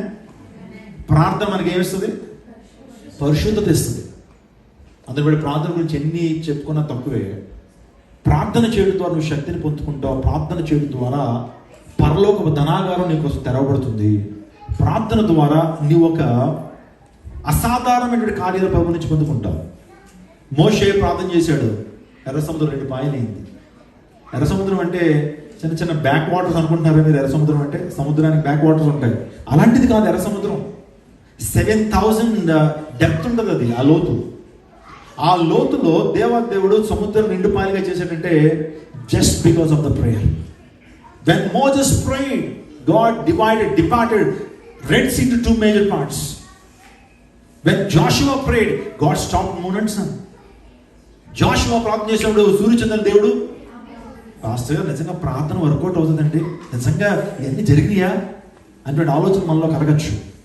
నేను ఇంకా రేపు sessions తీసుకుంటాను, అందులో కొన్ని ఎవిడెన్సెస్ మీ ముందు పెడతాను. ఎర్ర సముద్రం 2 పాయలైందా, దాని గురించి చారిత్రాత్మక ఆధారాలు. We gonna see some clippings and visuals చూస్తూ రేపొద్దున we're going to experience the power of God. ప్రార్థన పరిస్థితులు ఏం చేస్తుంది? మారుస్తుంది. Prayer changes things. ఇక్కడ ఏమని ప్రార్థన చేశాడు ఎబ్బేజు? నన్ను నిశ్చయముగా ఆశీర్వదించు. We need to ask God to bless us. Ask and it shall be given unto you. అడుగుడి మీకు. ప్రభువుని అడగాలండి, అడగాలి. యాకోబు అడిగాడు దేవుణ్ణి. ఏమని అడిగాడు? నన్ను దీవించయ్యా అని అడిగాడు యాకోబు. Until you bless me, I will not let you go. నేను నిన్ను పోనివ్వను అన్నాడు. Until you bless me, I will not leave you, God. ప్రభు అన్నాడు, నీ పేరు చెప్పాడు. నేను దీవించడానికి రెడీగానే ఉన్నాను యాకోబు. I'm ready to bless you, I'm ready to prosper you, I'm ready to make you high, I'm ready to bless your finances, I'm ready to heal you, I'm ready to deliver you from all the problems that you are facing. But there is a condition. Tell me your name. Tell me your name. He rejected to tell his name to God. యాకోబు దేవునికి పేరు చెప్పడానికి ఇష్టపడట్లేదండి. యాకోబు అంటే అర్థం ఏంటి? ఏం చెప్తాను, మనం మోసగాళ్ళని చెప్తాండి ఎవరికైనా. ఒకవేళ మోసం చేస్తాను నేను క్లీన్ చీట్ అని చెప్తాం కదా. యాకోబు కూడా దేవుడి పేరు అడిగినప్పుడు దేవునితో చెప్పట్లా, ఆ ప్రభు పేరు ఎందుకులయ్యా, తర్వాత చూసుకుందాం, దీవించి వెళ్ళిపోతాను అంటున్నాడు. దేవుడు అంటున్నాడు, లేదయ్యా నీ పేరు చెప్తే కానీ దీవించను అంటున్నాడు. ఎట్టకేలకు పేరు చెప్పట్లేదు, దేవుడు కూడా దేవుడు పట్టుకుని వదలట్లేదు. ఇంకా తెగేలా లేదని చెప్పి దేవుడు ఒక్క దెబ్బ వేసాడండి. ఎక్కడ వేసాడు? తొడ మీద ఒక్క దెబ్బ వేసేటప్పటికి ఆ తొడ ఏమైపోయిందంటే, తొడగూడు వసులని ఉంది దేవుని లేఖనంలో. అంటే తొడ ఏమైపోయింది? డిస్లోకేట్ అయిపోయింది. అప్పుడు పెయిన్ వస్తుంది. ఆ పెయిన్లో చెప్పేసాడండి, నా పేరు యాకోబయ్యా అని చెప్పినప్పుడు, then God blessed Jacob. From now on you will be called as Israel. ఇక నుంచి నేను పిలువబడతావు, యాకోబు అని పిలువబడ ఇజ్రాయెల్. ఇప్పుడు ఆ పేరు మీద ఒక నేషన్ ఉంది, ప్రపంచాన్ని గడగడలాడిస్తున్న దేశం. అమెరికన్ ఫినాన్సెస్ కూడా, అమెరికన్ ఎకానమీని కూడా శాసించేటువంటి ఆ నేషన్గా మార్చబడింది. ఒకప్పుడు యాకోబు పేరు ఏం మార్చబడింది? దేవుడు దీవించలేదా? నా ప్రియ దేవచనాంగమ్మా, మనం ఏం అర్థం చేసుకోవాలి? పాస్టర్ గారు ఎందుకు కొట్టాడండి దేవుడు దెబ్బ అని అంటే, నేను చెప్తానండి. మనం బోధల ద్వారా దారికి రాకపోతే దేవుడు బాధలు గురి చేసి దారికి రప్పించుకుంటాడు. అర్థమైంది? ఈ కొటేషన్కి అర్థమైందా? మనం బోధల ద్వారా దారికి రాకపోతే దేవుడు బాధలు గురి చేసి ఆయన దగ్గర నడిపించుకుంటాడు. బోధలు వినం, మనం దేవుని వాక్యాన్ని వినం, దాని ప్రకారం జీవించాం. కానీ బాధ వచ్చినప్పుడు పరిగెడతాం దేవుని దగ్గరికి, అయ్యా ఇదనమాట. కానీ బోధల ద్వారానే దారికి వచ్చేసాం అనుకోండి, బాధలు ఉండవు కదా. యోనా గారు తెలుసు కదా మీకు, అంత వాక్యం తెలుసు కదా. నేను ఫాలో అయిపోయి వెళ్ళిపోతున్నాను నేను. అందులో బట్టి నాకు ఏదో కొత్త వ్యక్తి గురించి చెప్తున్నాడు, మీరు మొఖాలు ఎట్టద్దు. జోనా తెలుసు కదా మీకు అందరికీ. ఓకే, జోనాని ఎక్కడికి వెళ్ళమన్నాడు ప్రభు? తర్షీష్ కా నినివేకి వెళ్ళమన్నాడు. అయ్యగారు ఎక్కడికి వెళ్ళాడు? అసలు తర్షీష్ అంటే ఏంటి, నినివే అంటే ఏంటి ఆలోచన చేస్తే, తర్షీష్ అంటే సో కాల్డ్ బ్రిటన్ అండి. ఏంటి? బ్రిటన్. అయ్యగారికి ఎక్కడికి వెళ్ళాలంటుంది? ఏదైనా పల్లెటూరుకి వెళ్ళి సేవ చేయాలనిపిస్తుందా, లేకపోతే బ్రిటన్లోకి వెళ్ళి అమెరికాకి వెళ్ళి సేవ చేయాలనిపిస్తుందా? ఎవరికైనా అటువంటి దేశాలకు వెళ్ళాలన్న ఆలోచన ఉంటుంది. అయ్యగారు కూడా నువ్వు నినివేకి వెళ్ళమంటే తర్షీష్కి బయలుదేరాడు, ఓడెక్కేసి వెళ్ళిపోయాడు. అంటే దేవుని మాటకి ఏం చేశాడు? విన్నాడా బోధ? వినలా. వాడెక్కాడు. ఎక్కిన తర్వాత వాడెక్కి ఏం చేస్తున్నాడు? అమరమునకు వెళ్ళి ఏం చేస్తున్నాడు? హి వాజ్ స్లీపింగ్. వాడ అమరముకు వెళ్ళిపోయాడు. అంటే ఎక్కడైతే ఇంజన్లు ఉంటాయో, ఎక్కడైతే పెద్ద పెద్ద తాళ్ళు ఇవన్నీ ఉంటాయో అక్కడికి వెళ్ళి నిద్రపోతున్నాడు. మరి సముద్రం మీద తుఫాన్ వచ్చింది. వాడ భయంకరమైన రీతిలో ఏమంటే 20 అడుగులు ఎగిరి కింద పడతా ఉంది. అయినా సరే ఆ అయ్యగారికి ఏంటి? నిద్రమత్తు పాటలు. ఎందుకంటే వెళ్ళిపోయాడు, దేవునికి విరోధంగా వెళ్ళిపోయి అప్పుడు నిద్రపోతా ఉన్నప్పుడు జరిగిన వాస్తవం మనకు తెలుసు. అప్పుడు వాడలో ఉన్న వాళ్ళందరూ, అసలు వాస్తవానికి క్లైమేట్ ఎలా చేంజ్ అయిపోయిందంటే, అక్కడ మనకేం వెదర్ రిపోర్ట్స్ ఏమో ఎక్కడ తుఫాను లేదు. కానీ సడన్గా తుఫాన్ ఎందుకు వచ్చిందనంటే, ఎవరో మనలో అవిధేయుడు ఉన్నాడు. ఒకటి శాపం ద్వారా, ఒకటి అవిధేయ ద్వారా ఈ వాడకందరికి ఏమొచ్చింది? తుఫాన్ వచ్చింది. మీరు అనుకుంటున్నారు తండ్రిగా నేను అవిధేయత చూపిస్తున్నాను, నా పిల్లలకి మీద ఏమి రాదనుకుంటున్నాను. నువ్వు నీ అవిధేయత ద్వారా, నువ్వు చేసిన కార్యాల ద్వారా అభంశుభం తిరిగిన మన పిల్లలు దానికి వస్తారు. జాగ్రత్త, గుర్తుపెట్టుకోండి. మీరు ఎప్పుడైనా తప్పు చేయాల్సి వచ్చినప్పుడు ఒకటి మీ పిల్లలు చూడండి, మీ తరాలను చూడండి. మీ చేసిన తప్పు మీ పిల్లల మీదకి వస్తుందేమో. అందుని బట్టి ఎప్పుడు శోధించబడినా సరే శోధన గురి కాకుండా ఉండేటప్పుడు, శోధన జయించాలని ఆలోచన కలిగినప్పుడు మీ పిల్లలను ఒకసారి చూడండి.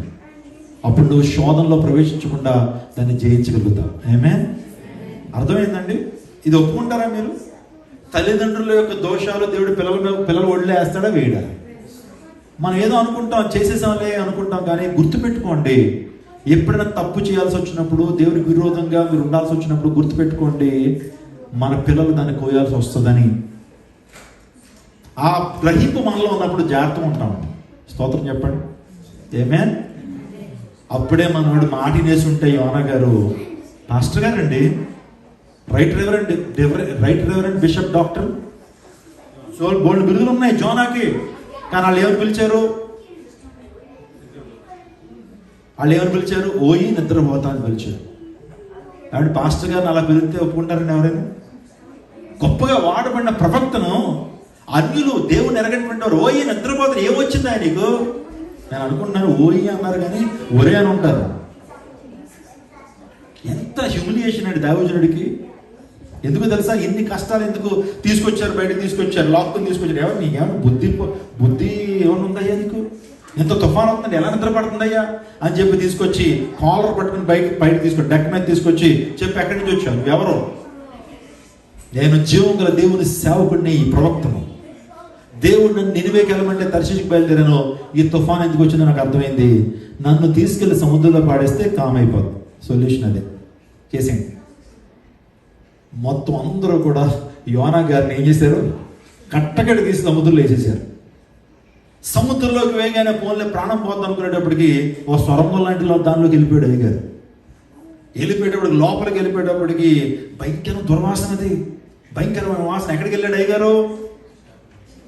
ఒక మద్యంలోకి వెళ్ళిపోయాడు, ఒక తిమింగంలోకి వెళ్ళిపోయాడు. చేప పై శరీరమే భయంకరమైన వాసన కదండి. చేపల కూర వండుతుంటే మొత్తం ఇల్లంతా వాసనే. మరి చేప బయటే అంత వాసన ఉంటే లోపల ఎంత ఉంటుంది? అంత భయంకర శ్రమలు ఎందుకు అనుభవించాడు, బాధలు ఎందుకు అనిపించాడంటే ఒకటే, బాధ వినలేదు.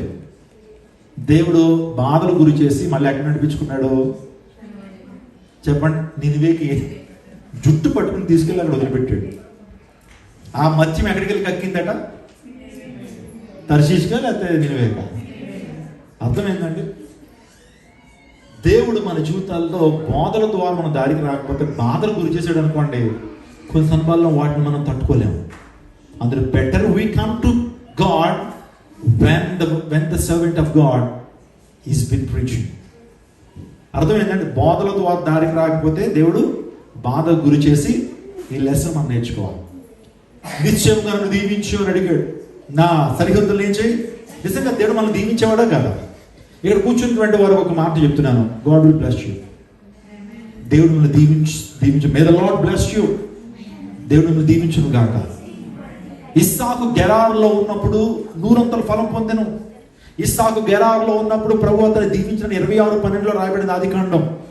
యథార్థవంతులు దీవించబడతారని దేవుని నాకు తెలుస్తుంది. దేవుడు మనల్ని ఎందుకు ఏర్పాటు చేసుకున్నాడు తెలుసండి? మనం దీవెనకు పాత్రలుగా ఉండాలని. God has just called us to be a blessing. మనం దీవించబడాలి. అనేక మంది దీవెనకరంగా ఉండటం కొరకు దేవుడు మనల్ని పిలిచాడు. మనము ఆశీర్వించబడాలి. ఆశీర్వించమని ప్రభువుని అడగాలి. యెహోవా యందు భక్తులు కలిగి ఉండుట ఐశ్వర్యానికి కారణమన్నాడు. పిన్నలనేమి పెద్దలనేమి తన యందు భక్తులు గల వారిని యెహోవా ఆశీర్వదించును. 111వ కీర్తన. దేవుడు మనం దీవిస్తాడండి. ఒకవేళ నువ్వు ఒంటరిగానే ప్రాంతానికి వచ్చి కానీ వారిలో ఒంటరి అయిన వాడు 1000 మంది దేవుడు దీవిస్తాడు. ఇస్సాకు దేవుడు దీవించాడు. ఇస్సాకు అభివృద్ధిని చూసి అందరూ ఏర్పడ్డారట. ఎందుకు ఇస్సాకు దీవించబడ్డాడు తెలుసండి? ఇస్సాకులో ప్రార్థనా జీవితం ఉంది, విధేయత ఉంది, తండ్రి చిత్తానికి లోబడేటువంటి తత్వం ఉంది. ఇస్సాకు గెరాల్లో ఉన్నప్పుడు దేవుడు అతన్ని దీవించును. యెహోవా ఆశీర్వాదము ఐశ్వర్యము ఇచ్చును. అబ్రహాం ఒక్కడిగా బయలుదేరాడు. ఎక్కడి నుంచి బయలుదేరాడు? ఒక్కడిగా కల్దీ దేశం నుంచి బయలుదేరాడు. అబ్రహాము, నేను దీవిస్తానయ్యా, నీ దేశాన్ని, నీ తండ్రి ఇంటిని, నీ బంధువుల ఇంటిని విడిచిపెట్టరా. ఈరోజు దీవెన ఆశీర్వాదం విడిచిపెట్టడంలో ఉందండి. ఏం విడిచిపెట్టాలి పాస్టర్ గారు? బంధువులు విడిచిపెట్టారా? రక్త సంబంధులు విడిచిపెట్టాలా? దేశాన్ని విడిచిపెట్టాలా? ఇదేంటండి దేవుడు ఎలా చెప్పాడనంటే, ఆత్మీయ అర్థం చెప్తున్నాను చూడండి. మీ తండ్రి ఇంటిని విడిచిపెట్టమంటే మీరు మీ తండ్రి యొక్క అపవాది సంబంధులు. అంటే మన మన తండ్రి ఎవరంటే అపవాది, వాడిని విడిచిపెట్టాలి. మనం సాతాన్ని విడిచిపెట్టాలి, అపవాదిని విడిచిపెట్టి రావాలి. ఆ తర్వాత తండ్రి ఇంటిని విడిచిపెట్టమంటే ఆచారాలు ఏమంటే, ఇంకా మనకేంటి చాలా ఆచారాలు, సాంప్రదాయాలు ఏమంటే ఇవన్నీ ఉంటాయి. వాటిని ఏం చేసి విడిచిపెట్టరా. కల్దీ దేశంలో భయంకర విగ్రహారం ఉంది, బొమ్మలకు పూజలు చేసేటువంటి వారి కుటుంబం, విడిచిపెట్టి రావయ్యా. ఆ తర్వాత బంధువులు ఇంటినంటే అది లోకానికి సాదృశ్యం. లోకమోదంతియు శరీరాశ, నేత్రాశ. అర్థమైందా?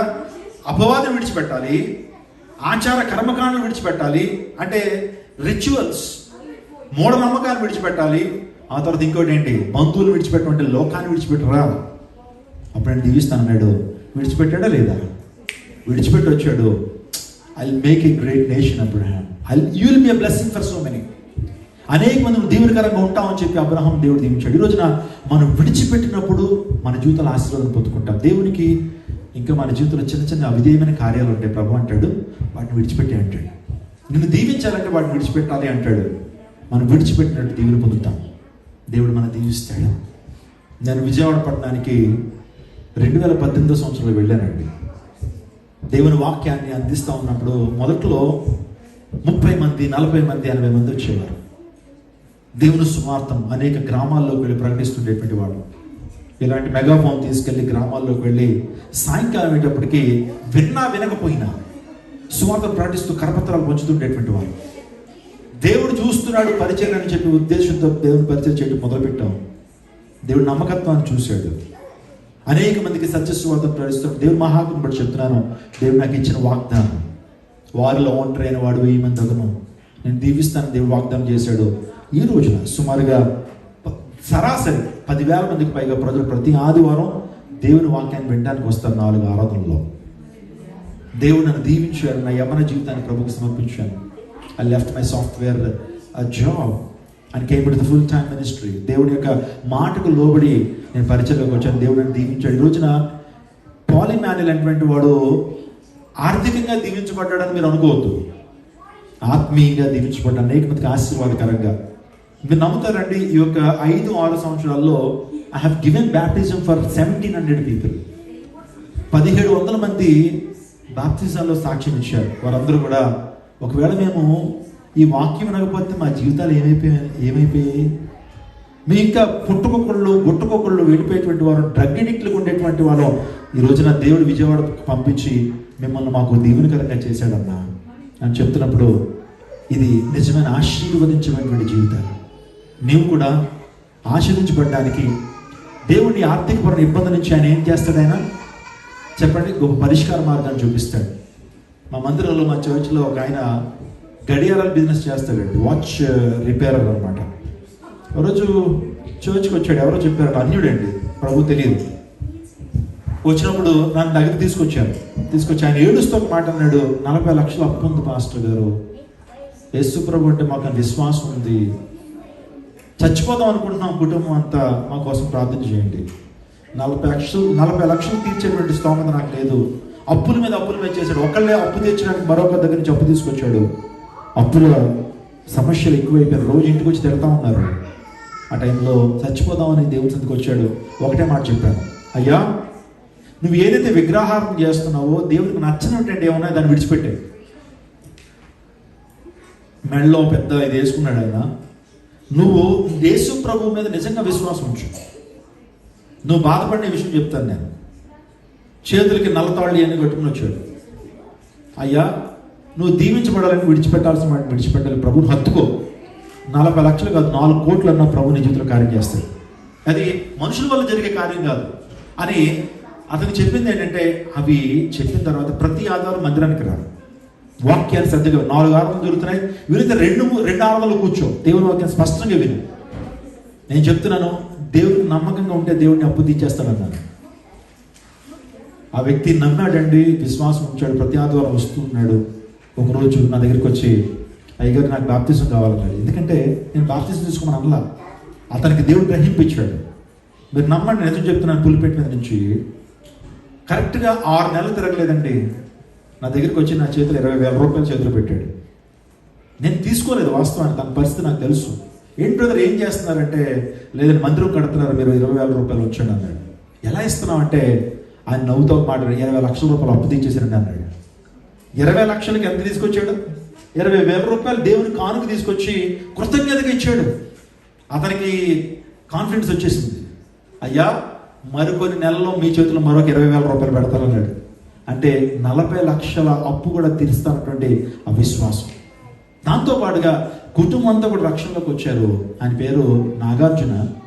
ఆ వ్యక్తి విజయవాడలో ఆయన వాచ్ రిపేర్ చేస్తాడు, వాచ్ షాప్ ఉంది. దేవుడు నేను చెప్పినట్టు 2 నెలలకి ఇంకా 20,000 రూపాయలు తీసి నా చేతిలో పెట్టాడు. పాస్టర్ గారు మొత్తం అప్పు తీర్చేసాను అన్నాడు. స్తోత్రం చెప్పండి, హల్లెలూయా. చచ్చిపోదాం అనుకుంటున్నాడు ఆ కుటుంబము. ప్రభువుని ఎప్పుడైతే భక్తుకున్నారో ఆ కుటుంబాన్ని దేవుడు రక్షించడం మాత్రమే కాకుండా, రక్షణలోకి తీసుకురావడం మాత్రమే కాకుండా, తన సమస్యకు పరిష్కారం ఇచ్చాడు, తను దీవించాడు. ఆమేన్. మనం కూడా ప్రభువుని అడగాలి. ఏమని అడగాలంటే, ప్రభు నన్ను దీవించు, నా సరిహద్దులు ఏం చేయి, విశాలపరచు. Lord extend my territories. God is the God who can extend our territories. నీ సరిహద్దులు ఏం చేయబడతాయి, విశాలపరచు. నువ్వు ఎక్కడ వేసిన దొంగలు అక్కడలా ఉండవు. నీ సంపాదన దేవుడు పెంచుతాడు. నీ యొక్క కుటుంబాన్ని దేవుడు అభివృద్ధి చేస్తాడు. నీ పిల్లలను వృద్ధి చేస్తాడు ప్రభు. నీ బిడ్డలు ఉన్నతమైన స్థానానికి చేరతారు. They will be standing in the highest positions of this nation. దేవుడు అంత గొప్ప కృపనిస్తాడు. ఆయన నమ్మకంగా మనం బ్రతికినప్పుడు మన సరిహద్దులు ఆయన విశాలపరుస్తాడు. హిజ్కియా తన జీవితంలో క్యాన్సర్తో బాధపడుతున్నాడండి. ప్రభు సేవకుడు చెప్పాడు, నువ్వు చనిపోబోతున్నావు, నీ ఇంటిని చక్కబెట్టుకున్నప్పుడు బబుల్సంలో ప్రార్థన చేశాడు హిజ్కియా. దేవుడు ఎన్ని సంవత్సరాలు తన సరిహద్దులను విశాలపరిచాడు? 15 years. God extended his life for almost 15 years.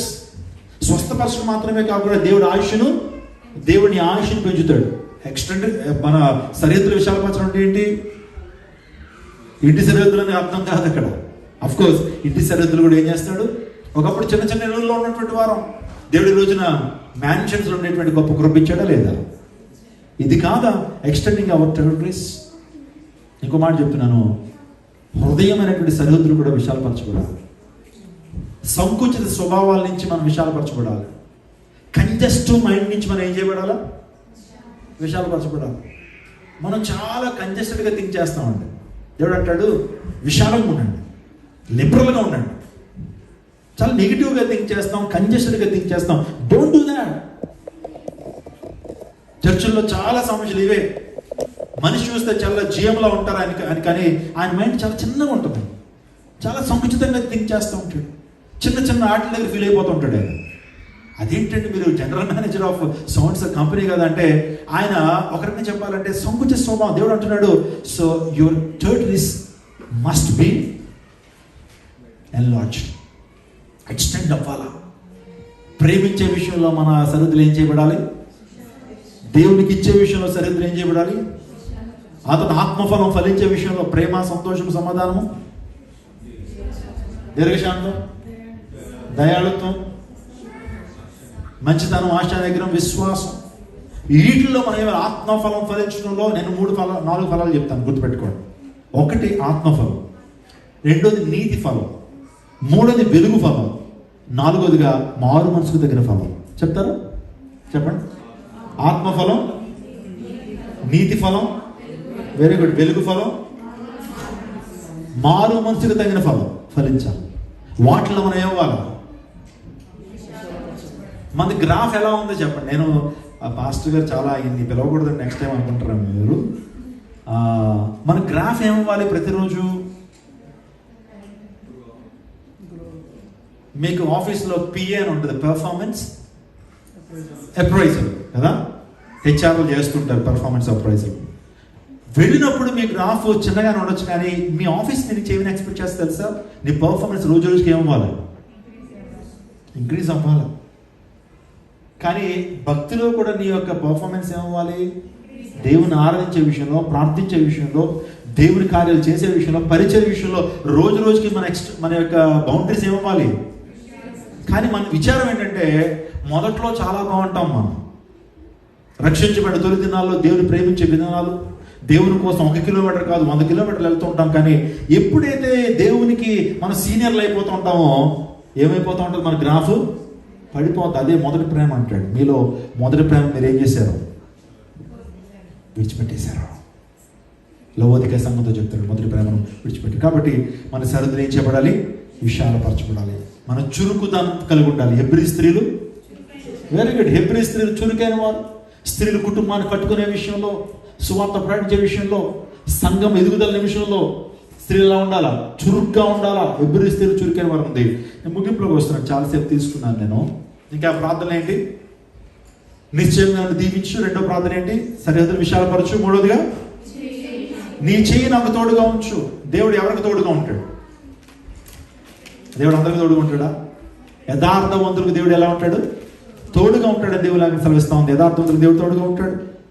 ప్రభువు రక్షించేటువంటి వాడు రక్షింపనేరుకున్నట్టు ఆయన చెవులు, రక్షింపనేరుకున్న ఆయన చేతులు పొరచు కాలేదు, వెన్నేరుకున్న ఆయన చెవులు మందం కాలేదు. యోబు యథార్థపడు కాబట్టి యోబు ఇంటి చుట్టూ దేవుడు ఏం వేశాడు? వెరీ గుడ్, కంచె వేశాడు. ఈ టీంకి ఒకసారి గట్టిగా చెప్పడం కొట్టండి. వాళ్ళు అసలు చాలా బాగా చెప్తున్నారు. వండర్ఫుల్. యోబు తన ఇంటికి ఏం చెప్పి, నాకు ఎలాంటి వాళ్ళు అంటే ఇంకొక గంట చెప్తాను. యోబు తన ఇంటి చుట్టూ దేవుడు ఏం వేశాడు? కంచె. ఎందుకు వేశాడు? యోబు యథార్థవంతుడు కాబట్టి, నీతివంతుడు కాబట్టి, నీతిని ప్రేమించిన వాడు కాబట్టి, దేవుని భక్తులు కలిగిన వాడు కాబట్టి, నిజంగా అతను నన్ను ప్రేమించుతున్నాడు కనుక అతన్ని తప్పించాడు. అతను నా నామం ఎరిగిన వాడు కనుక అతన్ని జ్ఞానపరిచాడు. అంటే యథార్థంగా ఉన్నటువంటి వారి చుట్టూ దేవుడు ఏమేస్తాడు? నీ మీద ఏ ఆపద రాకుండా, ఒకవేళ వచ్చినా సరే నిన్ను కాపాడేటువంటి వాడు కొనుక్కుడు నిద్రపోడు. ఇశ్రాయేలు దేవాదేవుడు మరణదూత నుంచి ఏం చేశాడు? కాపాడు. ఎందుకు తెలుసా? వాళ్ళు నిర్దోషమైనటువంటి మగ గొర్రె పిల్లలు వధించి దాని యొక్క రక్తాన్ని గడపకంలో పూశారు వాళ్ళు. అందును బట్టి యేసు ప్రభు రక్తము వారికి హృదయాల్లో, యేసు ప్రభు రక్తం వారి గడపకంలోకి ఎప్పుడైతే పూసుకున్నారో మరణదూత వారి దగ్గరికి రాలేకపోయింది. మన జీవితాల్లో కూడా మన హృదయానికి క్రీస్తు రక్తం మనం పోసుకున్నప్పుడు, క్రీస్తు సన్నిధి, యెహోవా సన్నిధి మన ఇంట్లో ఉన్నప్పుడు చీకటికి మన ఇంట్లో తావు ఉండదు. ఆమేన్. మీ ఇంట్లో కుటుంబ ప్రార్థన మొదలెట్టండి. నేను చెప్తున్నాను, భార్యాభర్తల మధ్య గొడవలు ఉండవు. స్తోత్రం చెప్పండి. మీ ఇంట్లో ప్రార్థనలు జరిగించండి. కుటుంబ ప్రార్థన చేయండి. భార్య, భర్త, పిల్లలు అందరూ కలిసి ప్రార్థన చేయండి. చీకటికి తావు ఉండదు, అనుమానాలకు తావు ఉండదు. కుటుంబంలో సంతోషం, ఆనందం ఉంటుంది. ఎంతమంది చేస్తారు కుటుంబ ప్రార్థనలు? Wonderful and I'm so happy for you. ఒకవేళ మీరు చేయకపోతే ఒక 10 నిమిషాలు కేటాయించలేరండి? Can't you spare for 10 minutes for family prayer? ఇలాగే కూర్చోండి. సోఫాలు ఉన్నాయి, కింద కూర్చోమని అట్లా ఇలాగే కూర్చుని భార్య, భర్త, పిల్లలు కూర్చుని ఒక పాట పాడుకోండి, కీర్తనలు ఒకటి చదువుకోండి, ఒక 2-3 ప్రార్థన చేసి ముగించేసుకోండి.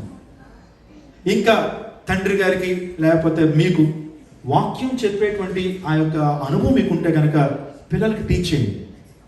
ఆ చదివిన కీర్తన భాగంలో కొన్ని వాటిని టీచ్ చేయండి. అలా ఒక పావు గంట, 20 నిమిషాలు లేదా ఒక అరగంట చేసుకోండి. మీరు ఖచ్చితంగా డిఫరెన్స్ చూస్తారు మీ కుటుంబాల్లో. మేము ఎంత బిజీ అయినా సరే, లేకపోతే మా కుటుంబంలో మా తండ్రి గారు మాకు నేర్పించి చిన్నప్పటి నుంచి కుటుంబ ప్రార్థన లేకుండా మాకు డిన్నర్ ఉండేది కాదు. కుటుంబ ప్రార్థన అయితేనే అక్కడికి వెళ్ళి డిన్నర్ చేయాలి. Let's learn this to our children. పిల్లల్ని బాల్యం నుంచి దేవుని కృపలో, దేవుని ప్రేమలో, దేవుని వాక్యంలో, జ్ఞానంలో పెంచండి. వారికి ఇచ్చేటువంటి గొప్ప బహుమానం అదే స్పిరిచువాలిటీ. సాల్వేషన్ వారికి ఇవ్వగలిగితే మన యొక్క టాస్క్ ముగించుకున్నట్టే. ఏమే? కాబట్టి నీ చేయి నాకు తోడుగా ఉంచు. ఈరోజు నీ గృహంలో ప్రార్థనా సహవాసం ఉండాలి. దేవుని సేవకులకు రాకుండా దైవజనుడు మీ ఇంట్లో అడుగు పెట్టాలా. దైవజనుడు మీ ఇంట్లో అడుగు పెట్టినప్పుడు దేవుని సన్నిధి నీ ఇంట్లోకి వస్తుంది. ఎలీషా షూనేమి వాళ్ళ ఇంటికి వెళ్ళాడు. ఎప్పుడు వెళ్తా ఉన్నాడు, చక్కగా ఆతిథ్యం చేస్తున్నాడు భార్య భర్తలు ఇద్దరు కూడా.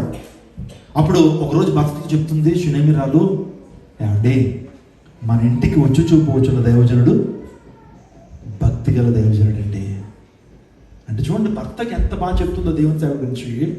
ఎలీషా కూడా నిక్కచ్చైనటువంటి వాడు, అలా అటు ఇటు ఉండేటువంటి వ్యక్తి కాదు. మన ఇంటికి వస్తూ పోతున్న దైవజనుడు ఎలాంటి వాడు? భక్తి గల దైవజనుడు. ఆయన కోసం మనం ఒక గదిని ఏర్పాటు చేద్దామండి. పాపం ఆయన ప్రైవసీ ఉండట్లేదు, ఇంటికి వస్తున్నాడు, కానీ అక్కడ మనకి గోడ మీద ఒక గదిని ఏర్పాటు చేసి అందులో మంచం, ఒక దీపం, ఒక బల్ల, ఒక దీపస్తంభం, పీట వేద్దామండి. చాలా కంఫర్టబుల్గా ఎప్పుడు ఈ ప్రాంతానికి వచ్చినా ఇక్కడుండి ఆయన పరిచయం చేస్తాడు. నేను అమెరికా వచ్చినప్పుడు అండి కొన్ని కుటుంబాలు నా కోసం వారి యొక్క డోర్స్ ఓపెన్ చేస్తారు. అయ్యా ఇక్కడ మీరు ఎంతకాలంతో పరిచయం చేస్తారు, మా ఇంట్లో ఉండండి. Will give you hospitality, will feed you, will give you moral support. ఏం జరిగింది? ఎలీషాకి ఎప్పుడైతే ఆతిథ్యం చేశారో ఒకరోజు ఎలీషా తన సేవకుని పిలిచి, అయ్యా ఈ స్త్రీ మన పట్ల ఎంత శ్రద్ధాభక్తులు చూపిస్తుంది, ఈమెకి ఏం కొరత కొనదు కనుక్కో అన్నాడు.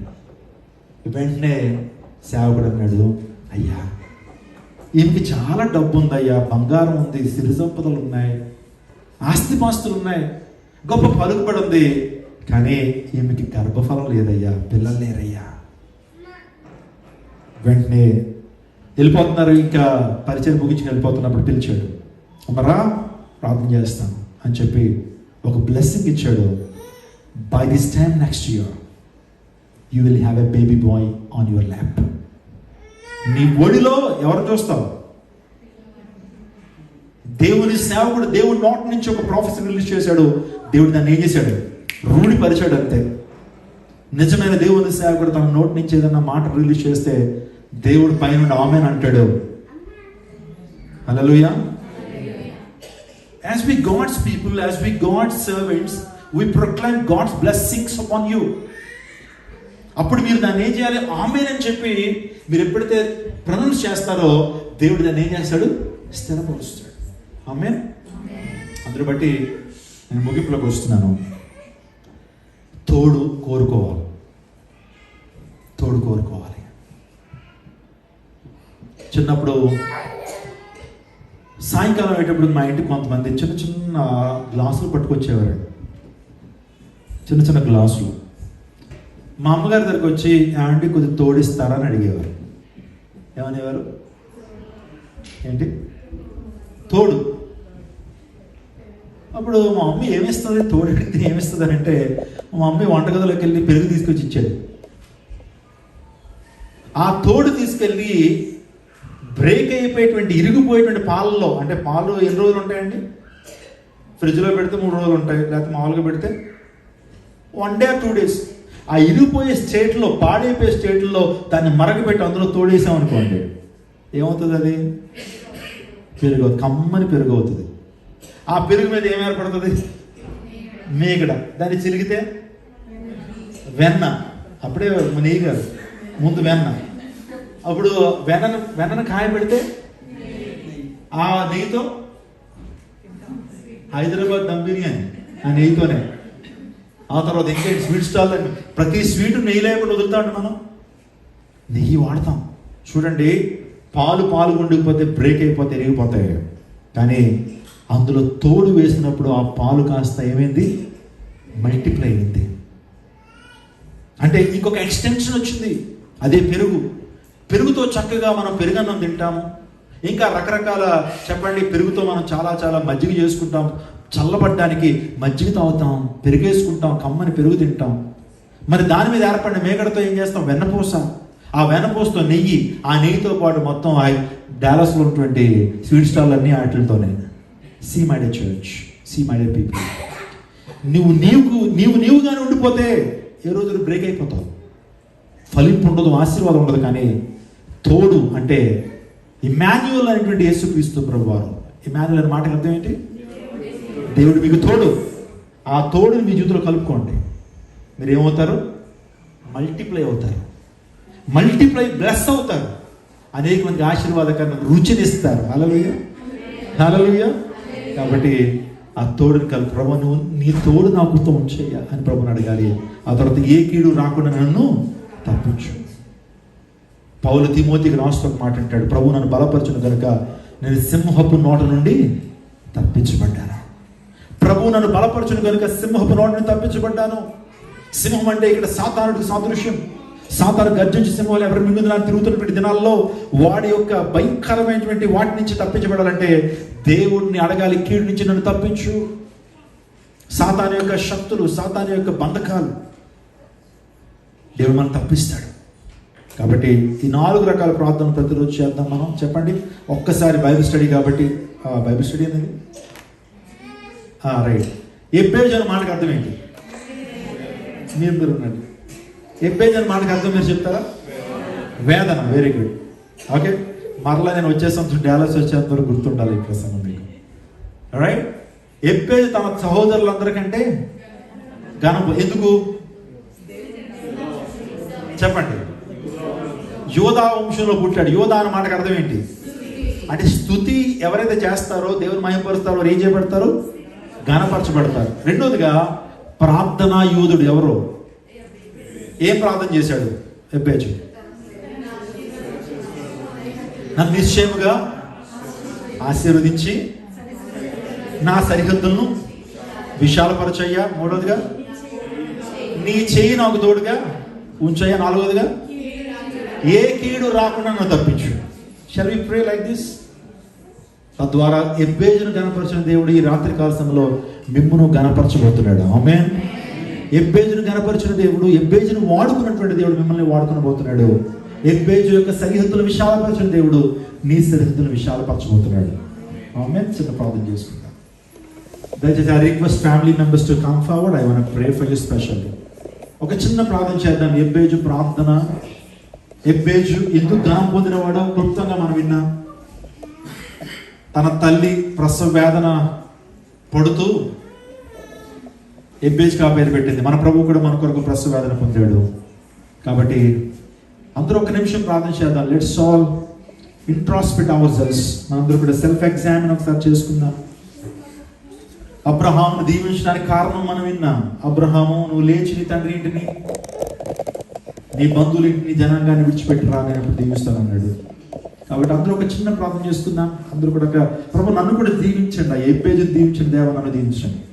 నిజంగా ఒక ఆశతో ప్రభువును అడగండి, అయ్యా నన్ను దీవించండి, మా బిడ్డను దీవించండి, మా జీవితాల్లో ఆరోగ్యాలు అనుభవించండి, మమ్మల్ని స్వస్థపరచండి, విడుదల ఇవ్వండి అయ్యా. చిన్న ప్రార్థన చేసుకుందాం అందరం కూడా.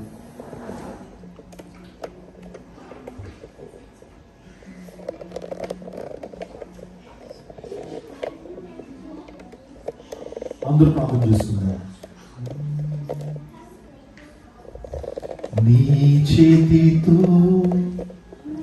నన్ను పట్టుకో, నీ ఆత్మతో నన్ను నడుపు, శిల్పి చేతిలో శిలను నేను, అనుక్షణము నన్ను.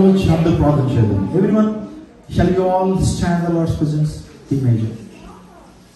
అందులో లేచిన పెడదాం. ఒక చిన్న ప్రార్థన మనం చేద్దాం. మీరు లేచి, అయ్యా ఈ యొక్క రాత్రి కాలం నీ చేతులను నడిపించయ్యా. శిల్పి చేతుల్లో శిలను అయ్యా నన్ను చెక్కయ్యా.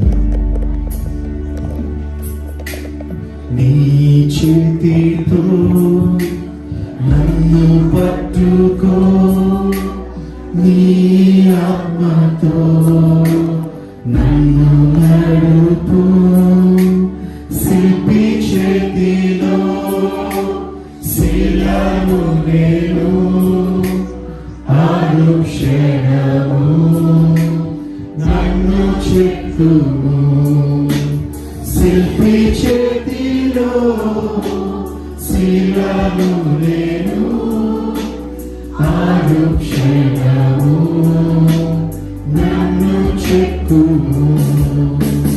నీ చేతితో పాదములను నీ ఆత్మతో నన్ను నడుపు, శిల్పి చేతిలో శిలను నేను, అనుక్షణము నన్ను చెక్కుము, శిల్పి చేతిలో శిలను నేను, అనుక్షణము నన్ను చెక్కుము, అనుక్షణము నన్ను చెక్కుము, అనుక్షణము నన్ను చెక్కుము. ప్రార్థన చేసుకుందాం.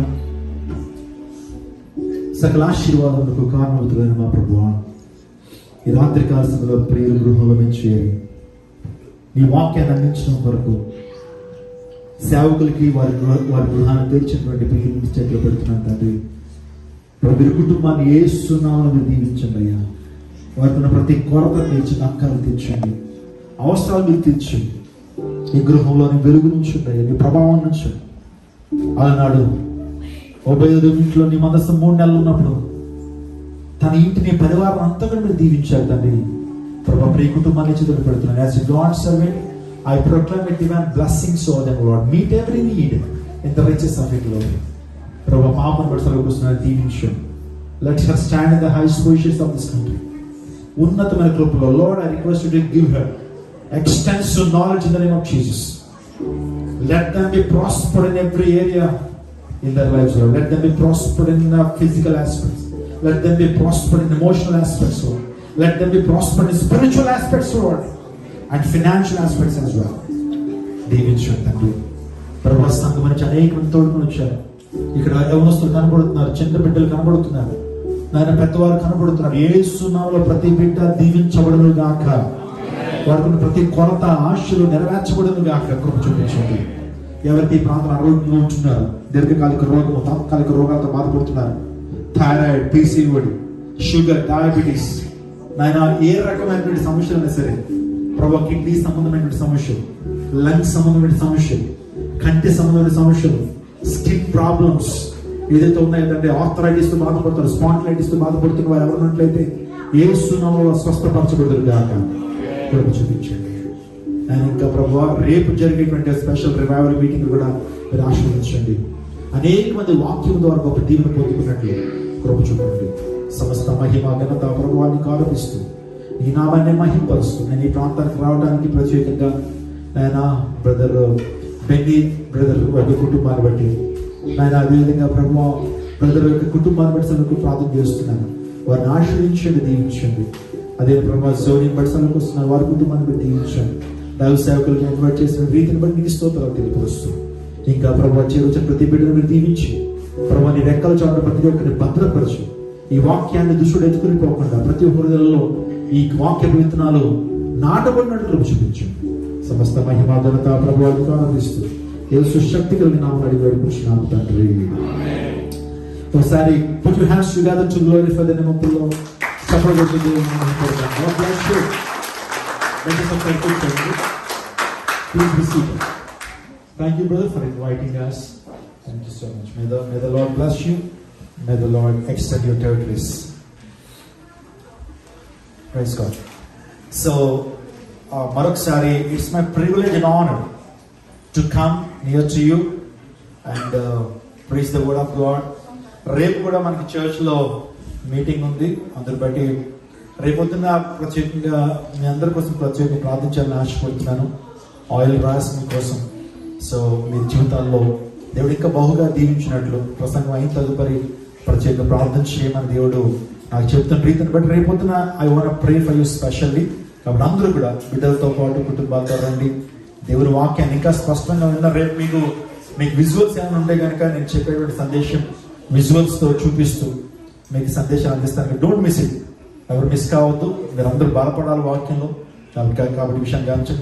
నా దగ్గర కూడా ప్రేయర్ రిక్వెస్ట్ ఉంది. వాస్తవానికి విజయవాడలో 2018 మేము పరిచయం ప్రారంభించాం. ఇప్పుడు మేము ఒక రెంటెడ్ హాల్లో కూడుకుంటా ఉన్నాం. ఓన్ చర్చ్ లేదు, కానీ దేవుడు ఒక స్థలాన్ని మాకు ఇచ్చాడు. ఆ స్థలంలో మందిరాన్ని కట్టాలనే ఆలోచన మేము కలిగి ఉన్నా. సెప్టెంబర్ నుంచి ఆ మందిర నిర్మాణం జరగబోతా ఉంది. అందరూ బట్టి మీ అనుదిన ప్రార్థనలో పోనీ వారానికి ఒకసారి అయినా సరే క్రైస్ట్ టెంపుల్ అనే సంఘాన్ని ఒకసారి జ్ఞాపకం చేసుకోండి. ప్రభువా, ఆ సంఘాన్ని మీరు దీవించండి. కడుతున్నారు, మీరు సహాయం చేయడం ఒక చిన్న ప్రార్థన వినపాన్ని కోరుతున్నాను. ఆ విషయంగా నా కొరకు నా పరిచర్య కొరకు ప్రార్థన చేస్తున్నాను నమ్ముతున్నాను. దేవుడు మిమ్మల్ని మీ కుటుంబాన్ని దీవించి ఆశీర్వదించు. May God bless you. May God extend your territories. May God be with you all the time. May God love you with everlasting love. God bless you. Thank you very much, Pastor, for the Bible study. మిమ్మల్ని దేవుడు మా మధ్యకి పంపినందుకు దేవుడికి వందనాలు చెల్లిస్తున్నాను. Thank you all for joining, and quick reminder, tomorrow 7 p.m. on the dot we'll have the service in Sanctuary. I request everyone to please be there on time. Thank you.